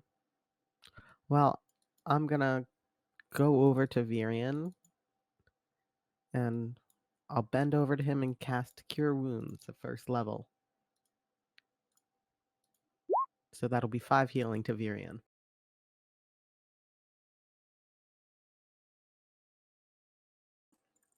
Thank you, Guardian, for not attacking me anymore so I can come over here. Thank you. Thank both of you. That'll be as much as I do for right now. And the Dorgar who you've been fighting with, Laja, he looks at you as you've brought Virion up, and he again brings his pick down to try to smash you.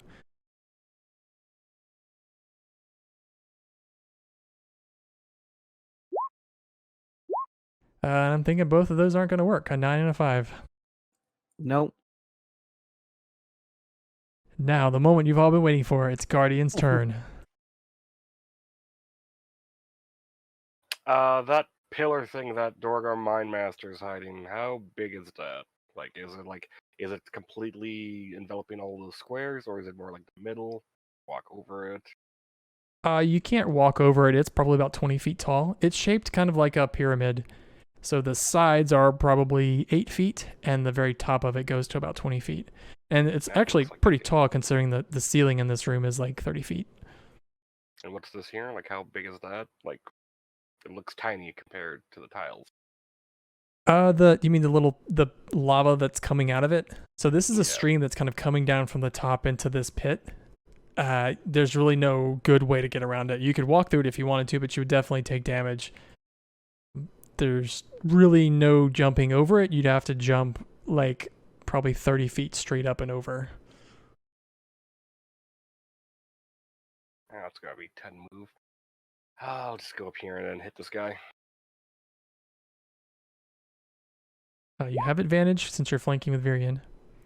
Okay. 26 26 will do it. and 22. 22 is definitely enough. You bring your maul down and crush his head. Nice. So moving on to Rorgar. The Mind Master makes you walk ever closer to your friends. Still too far for an attack though, but if you can give me the intelligence saving throw. Even though he can't make me attack someone on this turn, does he at least make me look really stupid? I think you're kind of shambling like a zombie. That's really insulting. I don't like that. So I'm going to succeed on this. Or not. That'll do it. It's actually only a 12. Yes! Nice. I think Rorgar shakes it off and then says, with the realization in his eyes, the gauntlet! And then he looks towards the lava where there is no more king. He's gone.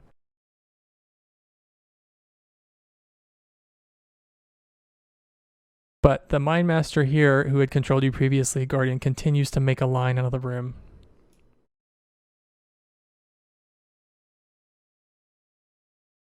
Taking us to Virion. Oh. So these Dwargar that are up here, are they like similar to the room that we kind of attacked the other Dwargar in, where like we can't really see them, but they can see us? With these, it's a little bit different. So the room you were in before, the arrow slits ran from floor to ceiling, so that was much more difficult. These, it's just more of a platform, and it's a platform with like a railing, and the railing is dwarf sized, so it really only maybe goes up like a foot and a half. It doesn't completely cover them. So they do have partial cover, but you could still shoot them. You can see them clearly. Okay, perfect. I'm gonna shoot at that Dwargar right there. Take my 2 shots. Okay. Fortunately, a 1 will not hit.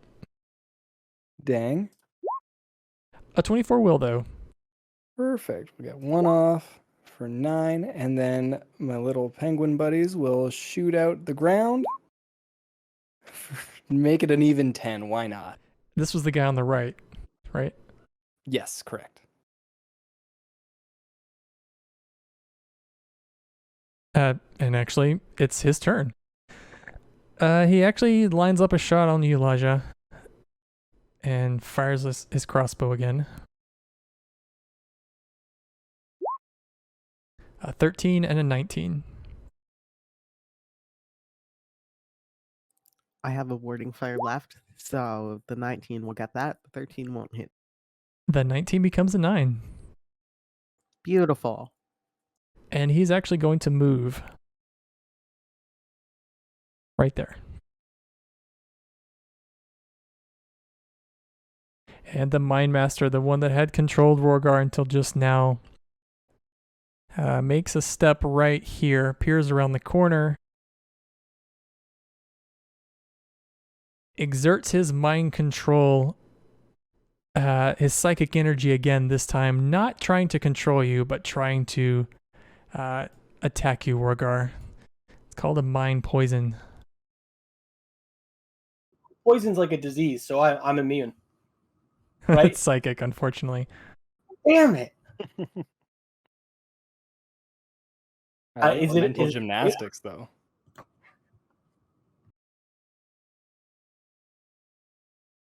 do I make a save? No, he rolled a 20. It's a range attack, so Yeah, my AC is 18.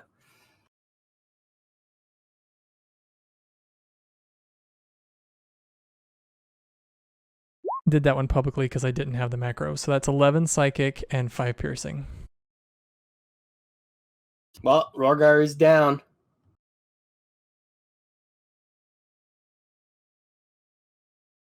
The next Dorgar is going to make motions also to come down the platform. And he does that thing too where he grows ginormous. Oh, jeez. Taking us to Laja. Well, as expected, I'm going to go over to Rorgar and I'm going to get him back up. So let's see how much that goes for. That'll be 12 healing. It's nice. That's pretty great. Pretty good. That's pretty good on 1d8. Now Rorgar has the most health out of all of us. It takes us to Guardian. Well, I don't have any more rages.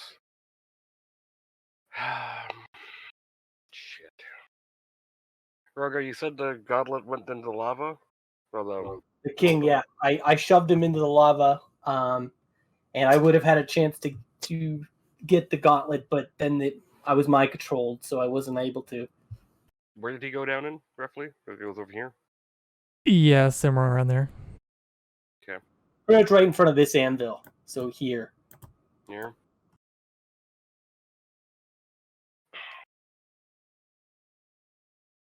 And we really need that gauntlet? I don't think we know what it does, actually. I'm going to just tell you the gauntlet is gone. Shardlin has a lot of properties, but this is like molten hot lava. And it's been 2-3 turns. It's gone. A few seconds.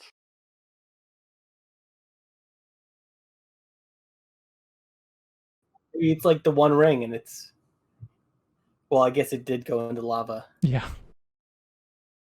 No, molten metal.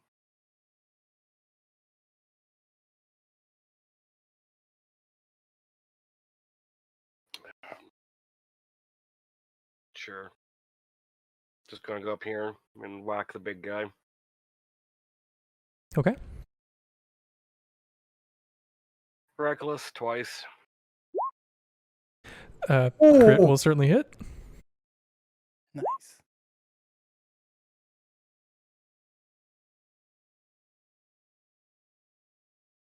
That's not enough to bring him down, but very close. Oh, here's the second attack. Ah, good thing I said reckless. You rolled a 20 and you rolled a 1. A 19 will hit. Alright, cool. And that's all you need. Actually, those 2 attacks are enough to bring down the giant Dorgar. I think that takes us to you, Rorgar. Rorgar will stand up.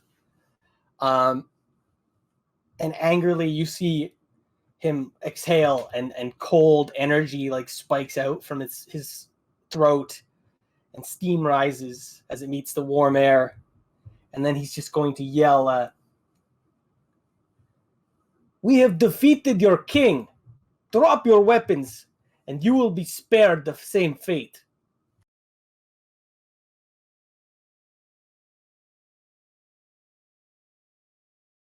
The Mind Master, after hearing your call, he leans over and he says, "We didn't follow that king, we followed the master." Oh, good to know. Will you let me actually keep going? Oh, sure. Okay. Oh,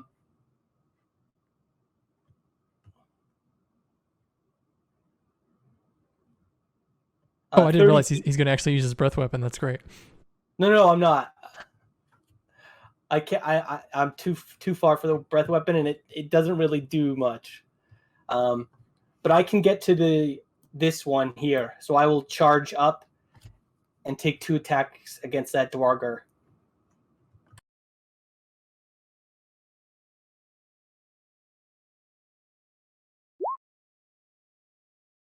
Unfortunately, 11 will not do it. But an 18 does.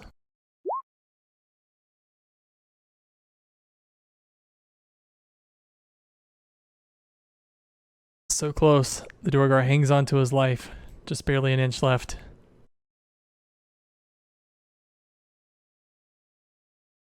And yeah, that's everything I can do.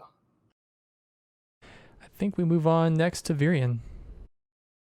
All right, so Virion is going to move slightly over here and take his first attack at the Mind Master with the longbow. 26 will hit. Okay, so I'm gonna take a note from the Rorgar playbook and use something that I kind of forgot about and didn't realize I could do this. Actually, the time has just never worked out for it. So 7 piercing damage. Oh, yes, do it. And with that, the my penguins will burst out of the ground, not attacking this time, but they will attempt to move the Dwarker Mine Master into the I lava, love it. and they have to succeed on a strength save. They have to beat a 12.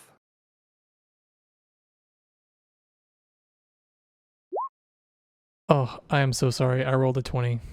Oh my god.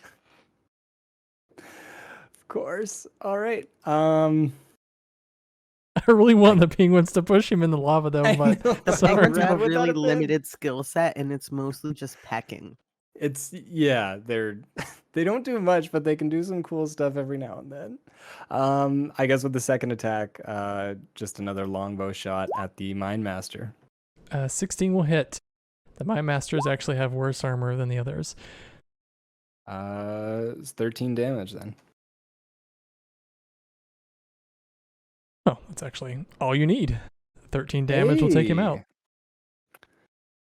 Hey! Can we say that corpse. the penguins push the corpse into the lava? I think he does that sort of thing where he's dying in slow motion and he like twists and turns around and we're like, oh, is he gonna fall in? Is he gonna fall in? And then he starts to move around the anvil. And the last second, one of the penguins like steps in front of him and he slips on the penguin and he falls back in the lava and burns up. Yes. Love it. I just like imagine like he's teetering backwards. He's like trying to save his balance. He almost gets it, but a penguin comes up and just kicks his foot from underneath him. Yeah, a little peck to the groin knocks him in. And this counts as a penguin kill. We're just Yes. gonna count it as a penguin kill anyway. Of course. One little penguin wing just pushes him in the lava. We're up to like 5 of them now. Also, goodbye, loot. Burn and not there's 2 people. Okay, so the last guy left here, I think he's gonna take a swing. Probably at Rorgar, I think, who hit him last.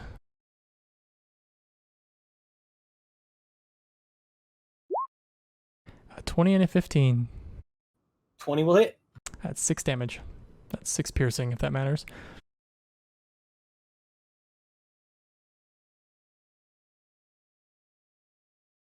And it takes us to Laja. I'm gonna move up a small amount, and then I'm going to throw my lovely shiny hammer at the last one.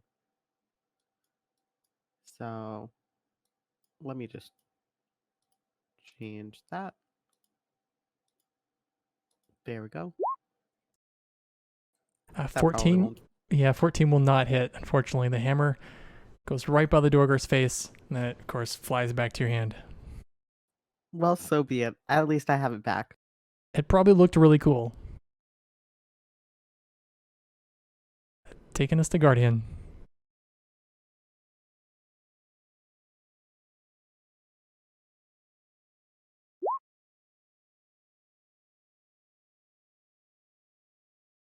Are you recklessing attack? Reckless attacking, rather. Oh, I'm muted. Yes, recklessly attack twice. 24 will hit. There you go. 22. That's 4, and then the 12. That is enough. With your attack, we finish combat here as you take out the last of the Dorgar. Oh, I'm moving up here. That's my move. I want to see where the hell that guy went. So what happens, Guardian, is you walk around and you peer over the corner. This looks like some kind of jail. And where the Dorgar that ran up here went, you don't know. There might be some other way to get out of this room. But you see a line of jail cells. They're very, very cramped. In fact, like 5 feet by 5 feet to where a person can barely sit down. You see one person off here in the corner. Looks like a Goliath male. He's hunched down, but you don't see any more dwarves. And I'm going to take us out of combat. Where the hell did the little dwarf go to? That's what I'm going to say as I'm walking control closer to this guy.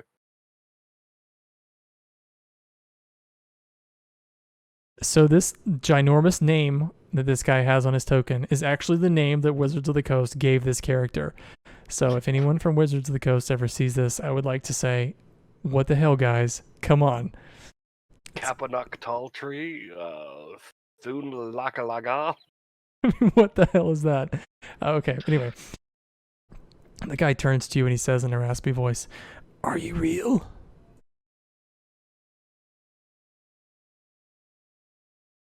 You'll think for a second, like, yes. Where'd the dwarf go? I don't know. Hidden stairs. Wonderful. I'm just gonna hit the cell door to get open. Give it a Can, good whack. Can Rorgar assist? So a bit of metagaming here though, but that key that you opened the door with before, did you leave the key in the lock or did you take it with you? Probably took it with me. Okay. Just wondering.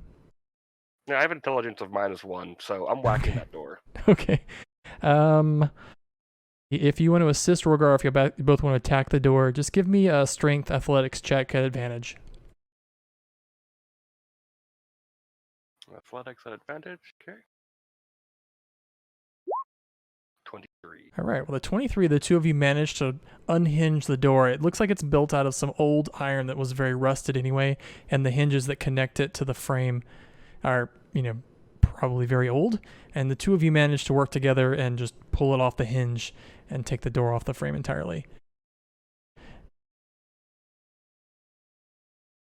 There, you're free. Enjoy it. Don't get captured again. He just starts walking away. And out of breath, Rorgar says, "New friend. How did you get here?" And Kapanuk says, "My name is Kapanuk. My tribe lives on the tundra. I was headed this way looking for food when I was captured by those small, very angry dwarves." Well, Kapanuk, it is a pleasure to make your acquaintance. I am Rorgar, and we have just finished killing the king by pushing him into lava. I wish the king was the worst thing in this place. There's someone called the Master. I think they were gonna feed me to him. Yes, we've heard of this master. Unfortunately, I believe we may be a little too tired to continue our fight at the moment. Indeed, we should all leave this cursed place.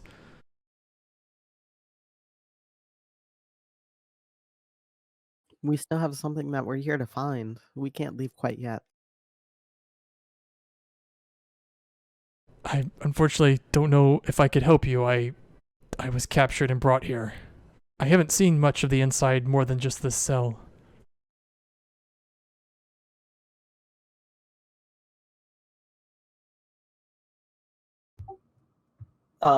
Has he stepped out of the cell? He hasn't yet, actually. Friend, do you need help getting out of there? Because you look way too big to fit in a room so small. It has been very uncomfortable. Rogar will reach out with his hand to help him out. And as you help him, you can tell he's been seated for a long time.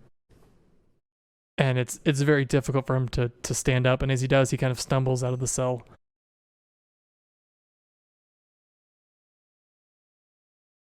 It is okay, friend. Well,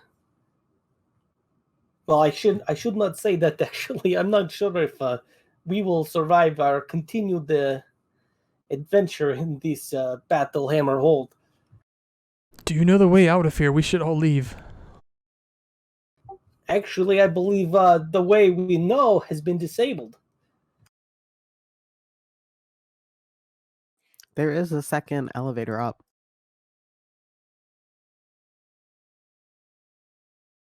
I'm gonna And venture I'll downward. take out the map, which shows us where the second lift is. Before Guardian leaves, and I know this isn't much, I give Guardian, Laja, and Virian 4 points of healing each with lay on hands. Saving just a few extra Just in for case. emergency. Guardian, as you during walk the- back in the forge, you still hear that thumping. It sounds like a drum coming from this pyramid thing. I just look at it for a second. Do I see any openings, any hatches, doors? The top does look kind of like it could be moved aside, almost like it's a lid of some sort. Yeah, okay. Yeah, I'll make my way up. Okay. And I'll open it, move it aside. Give me a strength athletics check, please.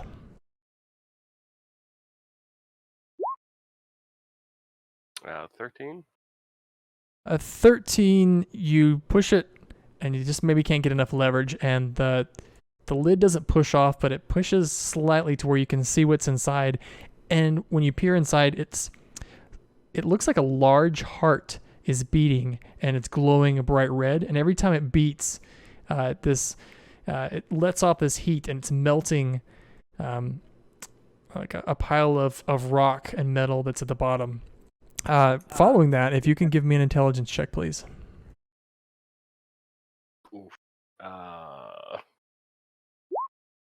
13? This looks like a dragon heart. Can I help Guardian to push that thing open more? Sure. I thought you were talking with the Goliath still. No, I had nothing else to say. I want to find the treasure room.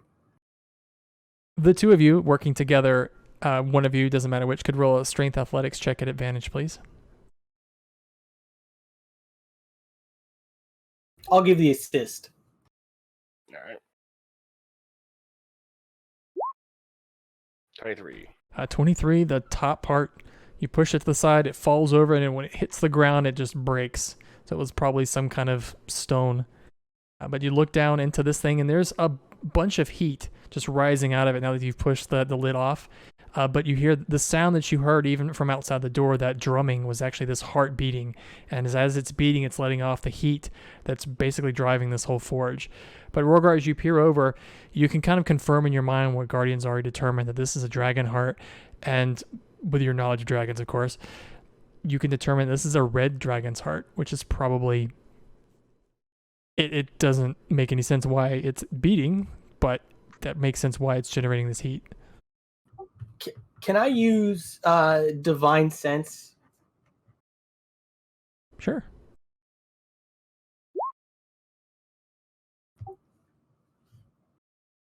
$60 Next to feet. you, Rogar. Next to you.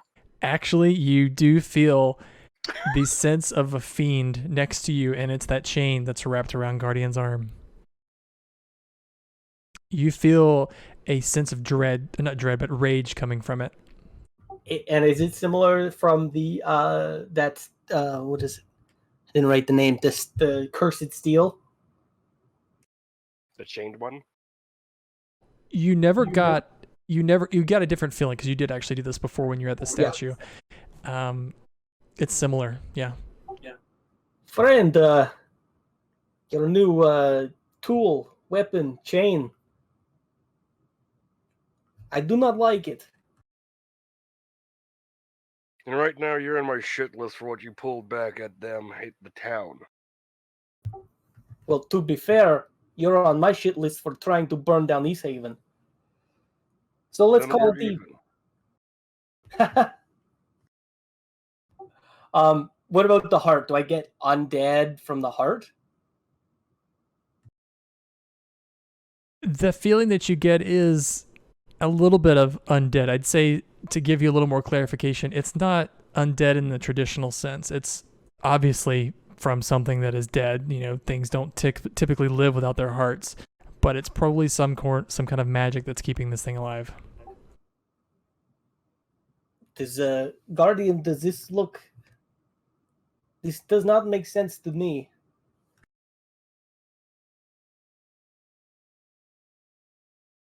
Just looks at you for a second like, okay, are we destroying it? Because Maybe Laja has experience with this. And Rogar will shout for Laja. Laja, we have found something strange. Meanwhile, I was going to speak with Kapanook. I was going to not give him the map that Torgo wrote for me, but I was going to show him the way out at least. Are you going to let Kaepernick go, or are you going to talk to him anymore? I was just going to say, we can't go with you right now, but you are welcome to leave this place. This is the way that you would take to get out. Thank you. I will go and wait for you outside.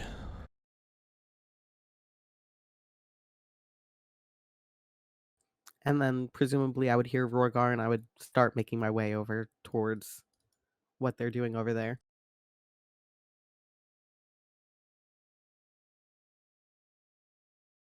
To let you know too, Kaepernick, what he does is he follows, or at least he looked at your map and had an idea of where to go.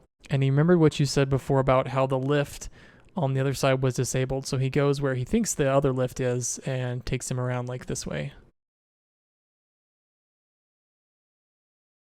And he walks through some doors and disappears. dies tragically off screen, never to be seen again. So what did you say that you found over here? It appears to be the heart of a red dragon powering this forge. Is this anything that I've ever heard anything about before? I don't know. Why don't you do an Arcana check for me, please?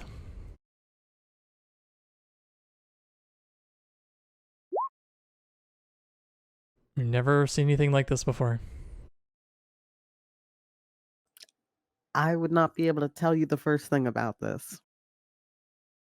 It's unusual, for sure.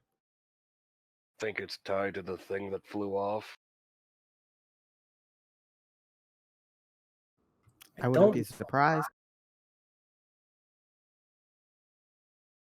I think any chance of controlling the metallic dragon, that automaton, was lost when the king went into the lava.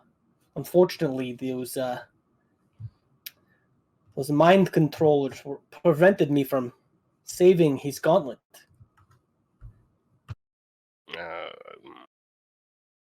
Well, then how about we destroy the heart and see if the thing falls out of the sky dead?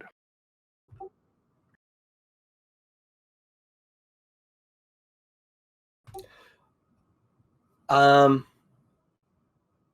think just in case that might be preventing this place from fully going into disrepair, maybe we should get the map first. Take care of this on the way out. Fine. He'll hop off and keep making his way down. Does the map give us any sense of which direction the treasure room would be? Yeah, it's to the right.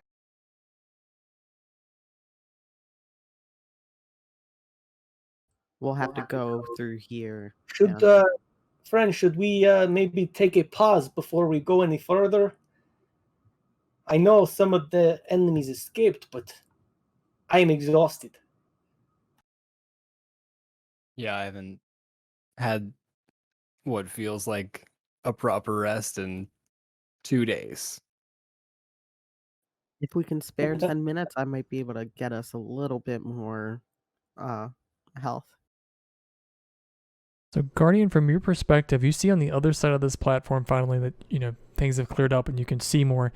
There appears to be south, at least in this direction, a pin with some kind of creatures in them. And even further, there is a tunnel that stretches on further, and you see what looks like some sort of animals inside of more pins. Oh, great. Just gonna. Nothing on the platform though is significance. No, the platform looks totally deserted. Those clamps that were there before are, just opened. Just gonna get close to these things. Yeah, see so what they these do. Quaggoths are in a pin. One sec, I'll show you that graphic because they're pretty cool looking. They look pretty cool. Oh. They got chin fuzz. Look at them. They look like they have a little goat chin. But they're in a small pin, and it looks like it was made by just a crude pieces of wood that have been attached together to make it. And the Quaggoths don't really seem to be fighting, and as you approach, they look up from whatever they were doing and watch you.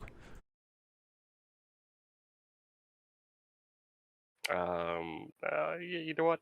I'm assuming this is where the wall is. Yeah, the map cut it out. Let me see if I can draw it for you.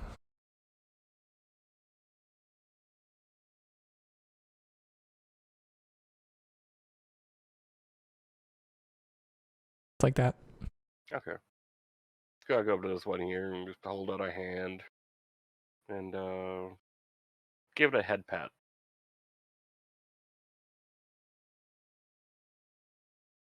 Why don't you give me an animal handling, please?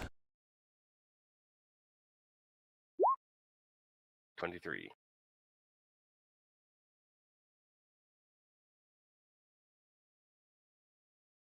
Do I have to do the Crocodile Dundee thing? You hold out your hand and it looks at you. It looks at your hand and kind of tilts its head to the side. Yeah. I then proceed to pat its head. As you're petting it, it feels very, very shaggy, and in fact, its fur is it's very greasy and slick. And you notice as you're petting it, it smiles with a row of razor-sharp teeth. That's right. Who's a good-looking whatever you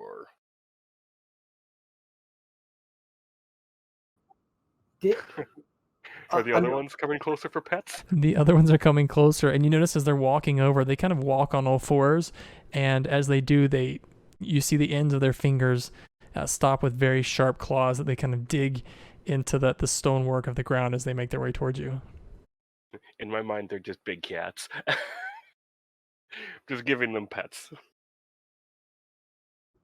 Just quickly, you said something when we were in the fight had fallen over here when one of those mind controller guys had bumped into it. Was that the hammer that Laja got? Yeah, that was the hammer. Okay, perfect. As soon as the hammer had line of sight to Laja, it flew right to her. Perfect. I think Rogar will just move a little closer to where Guardian is, just to keep things safe, just in case he needs any help.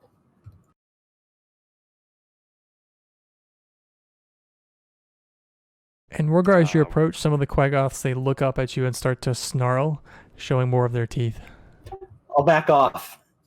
Yeah, that's right. He's on my shit list. Aren't you adorable?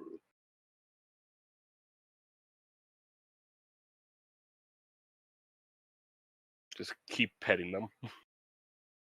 Laja, from where you're standing, you hear a loud scream coming from, say, like this direction. Great. I'm going to try to get the attention of the other guys.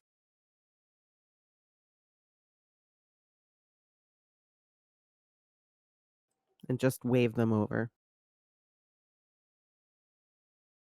I move towards where Laja is. Is this door here now open from Kapanuk?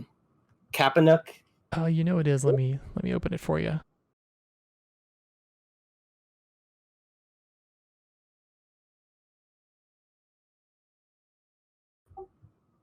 Oh God.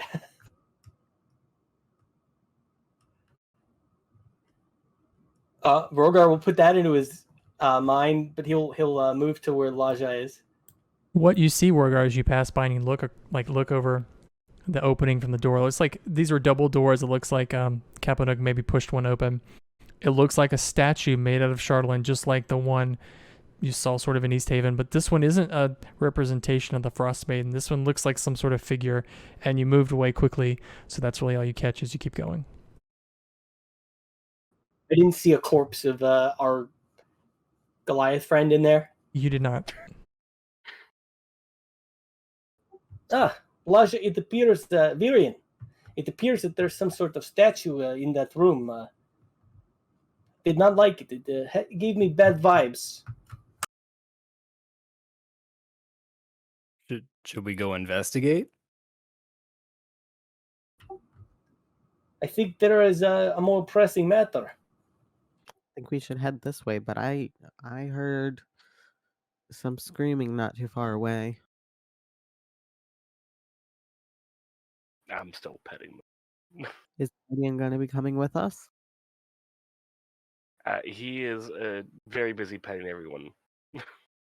Head pats, ear scritches, chin rubs. Oh no, I'm seeing what Rogar thinks. I don't know. Guardian, are you coming with us? He'll just look at them for a second. He'll just think for a second, like, sit. As a general command, he'll give them all.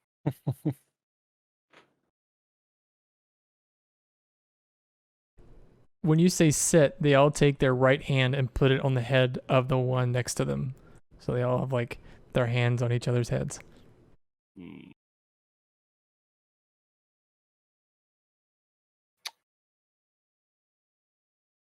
Lay down. I don't think it works. Their intelligence, by the way, is 6. So, yeah. It says they speak a language, but I don't see how that's possible. Hey, that's not far off from mine. Oh no.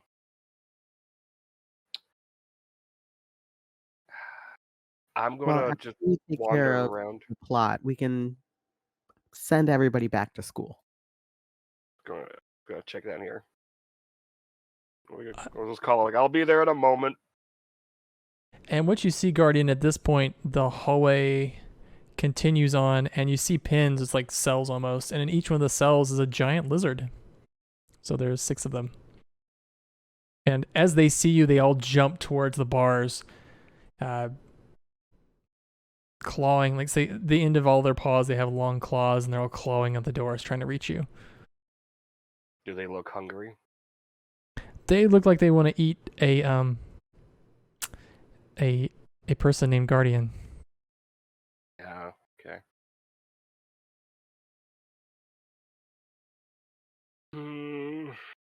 I'm gonna take the 2 rations I got. I'm just gonna split them up, and give them to the. I give little treats to all the guys in here. Laja, what did you hear? I mean, I just heard a scream. There might be more people, and I don't know what would be happening over there. So I guess that is this a door here? Yeah, if you continue on, yeah, there's a door. And that is where we be going. In this direction again, you hear a loud scream. All of you hear it, even you, Guardian, from where you are. It's a scream, and it's suddenly cut off. Okay, I'll be back. I'm gonna make sure they all have a little snack at least. Do we think it's through this to get to that where the direction of that scream? Do we think it's through this door, or do we think it's through this way? You know, it kind of sounds like it's probably a room that's midway between those two. So let Like me the treasure describe room? the giant doors that are right in front of Laja. So there are a set of double doors. It's a very short corridor, so the ceiling drops down from the 30 feet, from the anvil or the forgery you're in, down to a small corridor. They're two doors. Each are about 8 feet tall and about 1 foot wide, and they give off a hum, actually, as you get closer. Do they appear to be made of the same material as the chained? No, they look more like the big doors that you guys push through to get into the forge here. Do they have a keyhole? No, they don't. They have like one of those little flat things that indicate you should push instead of pull. Alright. Just gonna walk on up to the door because no one's stopping me. Guardian, hold on. They appear to be humming. Is that the sign of some sort of trap? I'm not. I don't know traps. This is the treasure room. Or at least the door to get to the door to the treasure room. Then how about you all stand back?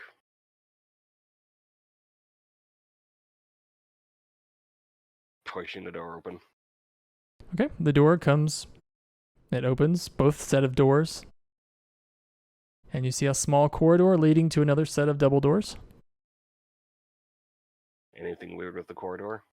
I search for traps. You don't notice shit. anything. I didn't even have to roll for that. Okay. I'm using passive perception. Alright, well, There's a humming though in this room, this little corridor ahead of you. is it a familiar hum? It's not a song or anything like that. It's just like a low hum.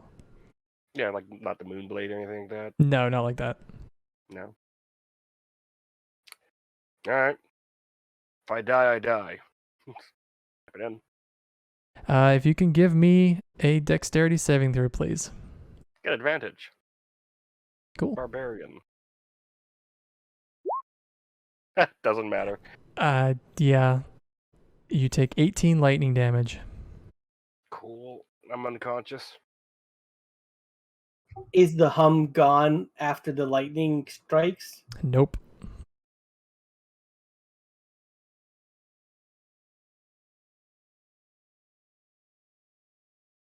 So what happens is you guys see Guardian walk in, and as he walks in, there are like tiny little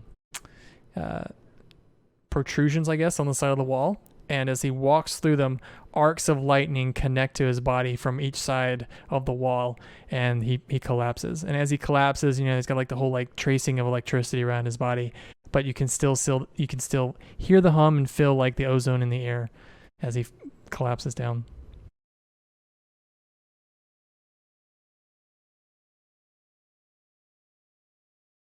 Well, shit. How do we get him out of there without dying ourselves?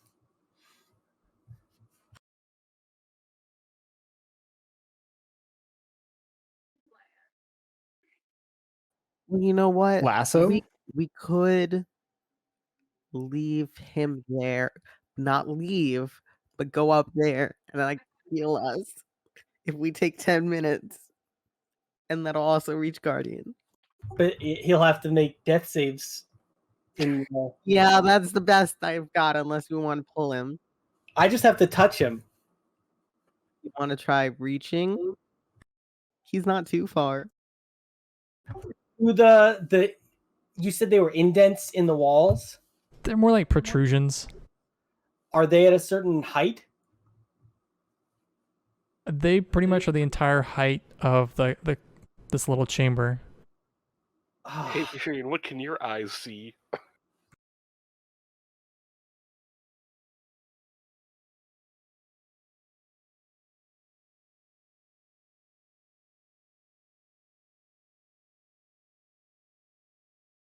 Now you think there might be a way to dodge some of it. You notice there was kind of a pattern as it struck Guardian. And that's a hint about if you were to pass that save that Guardian failed. I'm just gonna make a death save, sir, because I feel like it's been a few Oh, yeah. seconds already. It's definitely been 6. Yeah.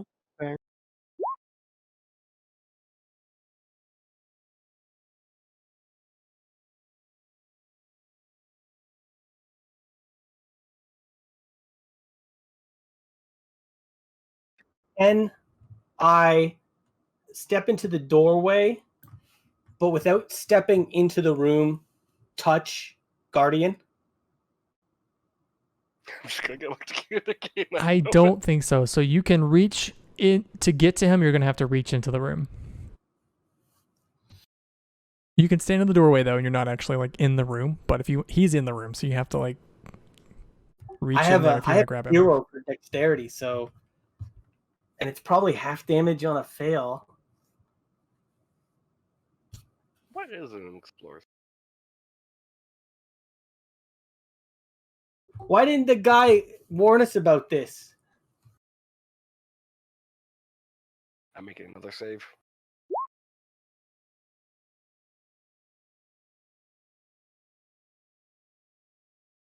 Just as a hint, there is another doorway that you have seen. I can't say that's a better doorway, but there is another doorway that you have seen that might lead in this general direction. But we have to deal with this problem first. This is true. We need to at least get Guardian. Is there any way we could drag him, tie a rope around him or something without being exposed to these little electric doodads? So let's think about what you guys have. It's just one possible solution. You do have rope, I believe. You do have a magic hammer that you can throw and will always come back. I don't know. Just an idea. GM, can I make another roll? Not yet. I don't want to kill you. I guess you could, try throwing the hammer on the other side of him, and then maybe it'll return and drag his body with it. That seems like it would be a failed save, though. Let's at least like put some rope on it, and maybe we could boomerang around Guardian. I don't have rope. I My like rope is boomerang gone. hammer. Hey, what do you call a boomerang that doesn't come back? Just a boomer. It's a stick. Who has rope? I don't have rope. I still have some rope left. Well, we don't need much, so Yeah. take your rope, wrap it around the hand. This would have been okay if you would have just kept Varian's crowbar. You know, you had to leave it in the lift, so now I you don't think have I a have- crowbar. Hang on, I might have more crowbars. I can't believe you remember how said at many one point get you had stuck. 2 crowbars. I had 5 crowbars. Why do you have 5 crowbars? Oh no, sorry, that's weight. I do not have any crowbars. I I was about also going to say, be That's very a surprised why I had 5 crowbars and 3 hammers, but 2 crowbars seems possible. 5 seems just there would have had to be a reason. I love jimmying things open. Anyway, I'm gonna try to boomerang this rope around Guardian with my hammer. Okay. I'm not saying that's the only plan you have to do. I was just thought off the top of my head you do have No. now. I do not want to go in there. I have 8 HP and I need to heal us. This I'm is the looking- best I've got. I'm looking at. I have no spell slots. I'm looking at my items. I have no items that I could use for this, and my save for dexterity is terrible. I think this is the best. I have ideas, but I'm not going to say them because I think this is funny. because you are The not only other conscious idea right I now. have You is- can't give us ideas. The only other Mhm. idea I have is crawling up to like here or here and seeing if that will let us go around and turn it off. But that will probably take way more than 6 seconds. Let's go. Let's do it. It's hammer time. Ah, there it is. I'm proud of you. You're I'm welcome. so proud of you. Okay, so describe to me what Lodge is doing here. Carefully tying the rope around the base of the hammer So like where the head of the hammer meets the handle. And then what am I gonna do? Guardian is laying on the ground. So basically I'm gonna go pretty far down and just almost fling it, I guess. So maybe it'll go around Guardian.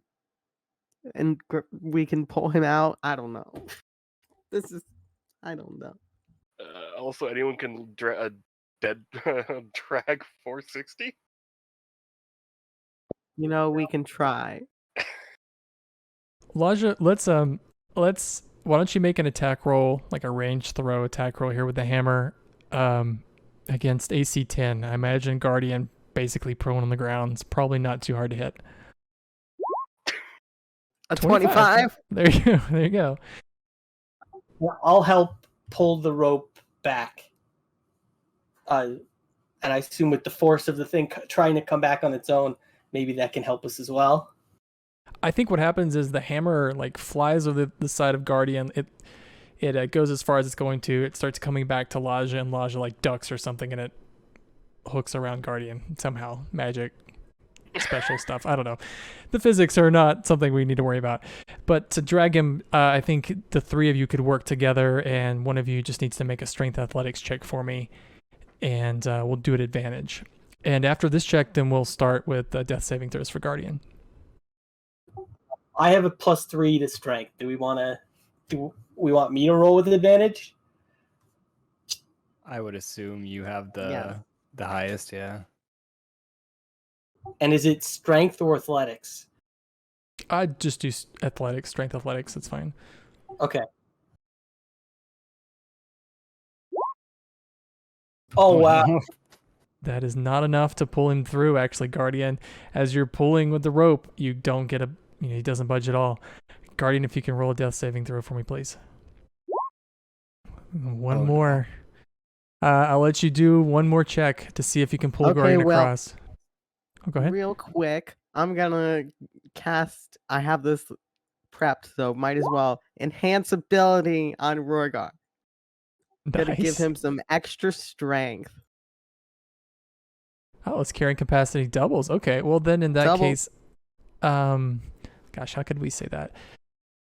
Why don't you have advantage, and then you can double your proficiency bonus. Okay, so I already had a +6. Okay, you get a +12. So just add +6 to this roll. Oh, jeez. 29, that's enough. So I touch him as soon as he's free from the area that's trapped and give him 1 health point.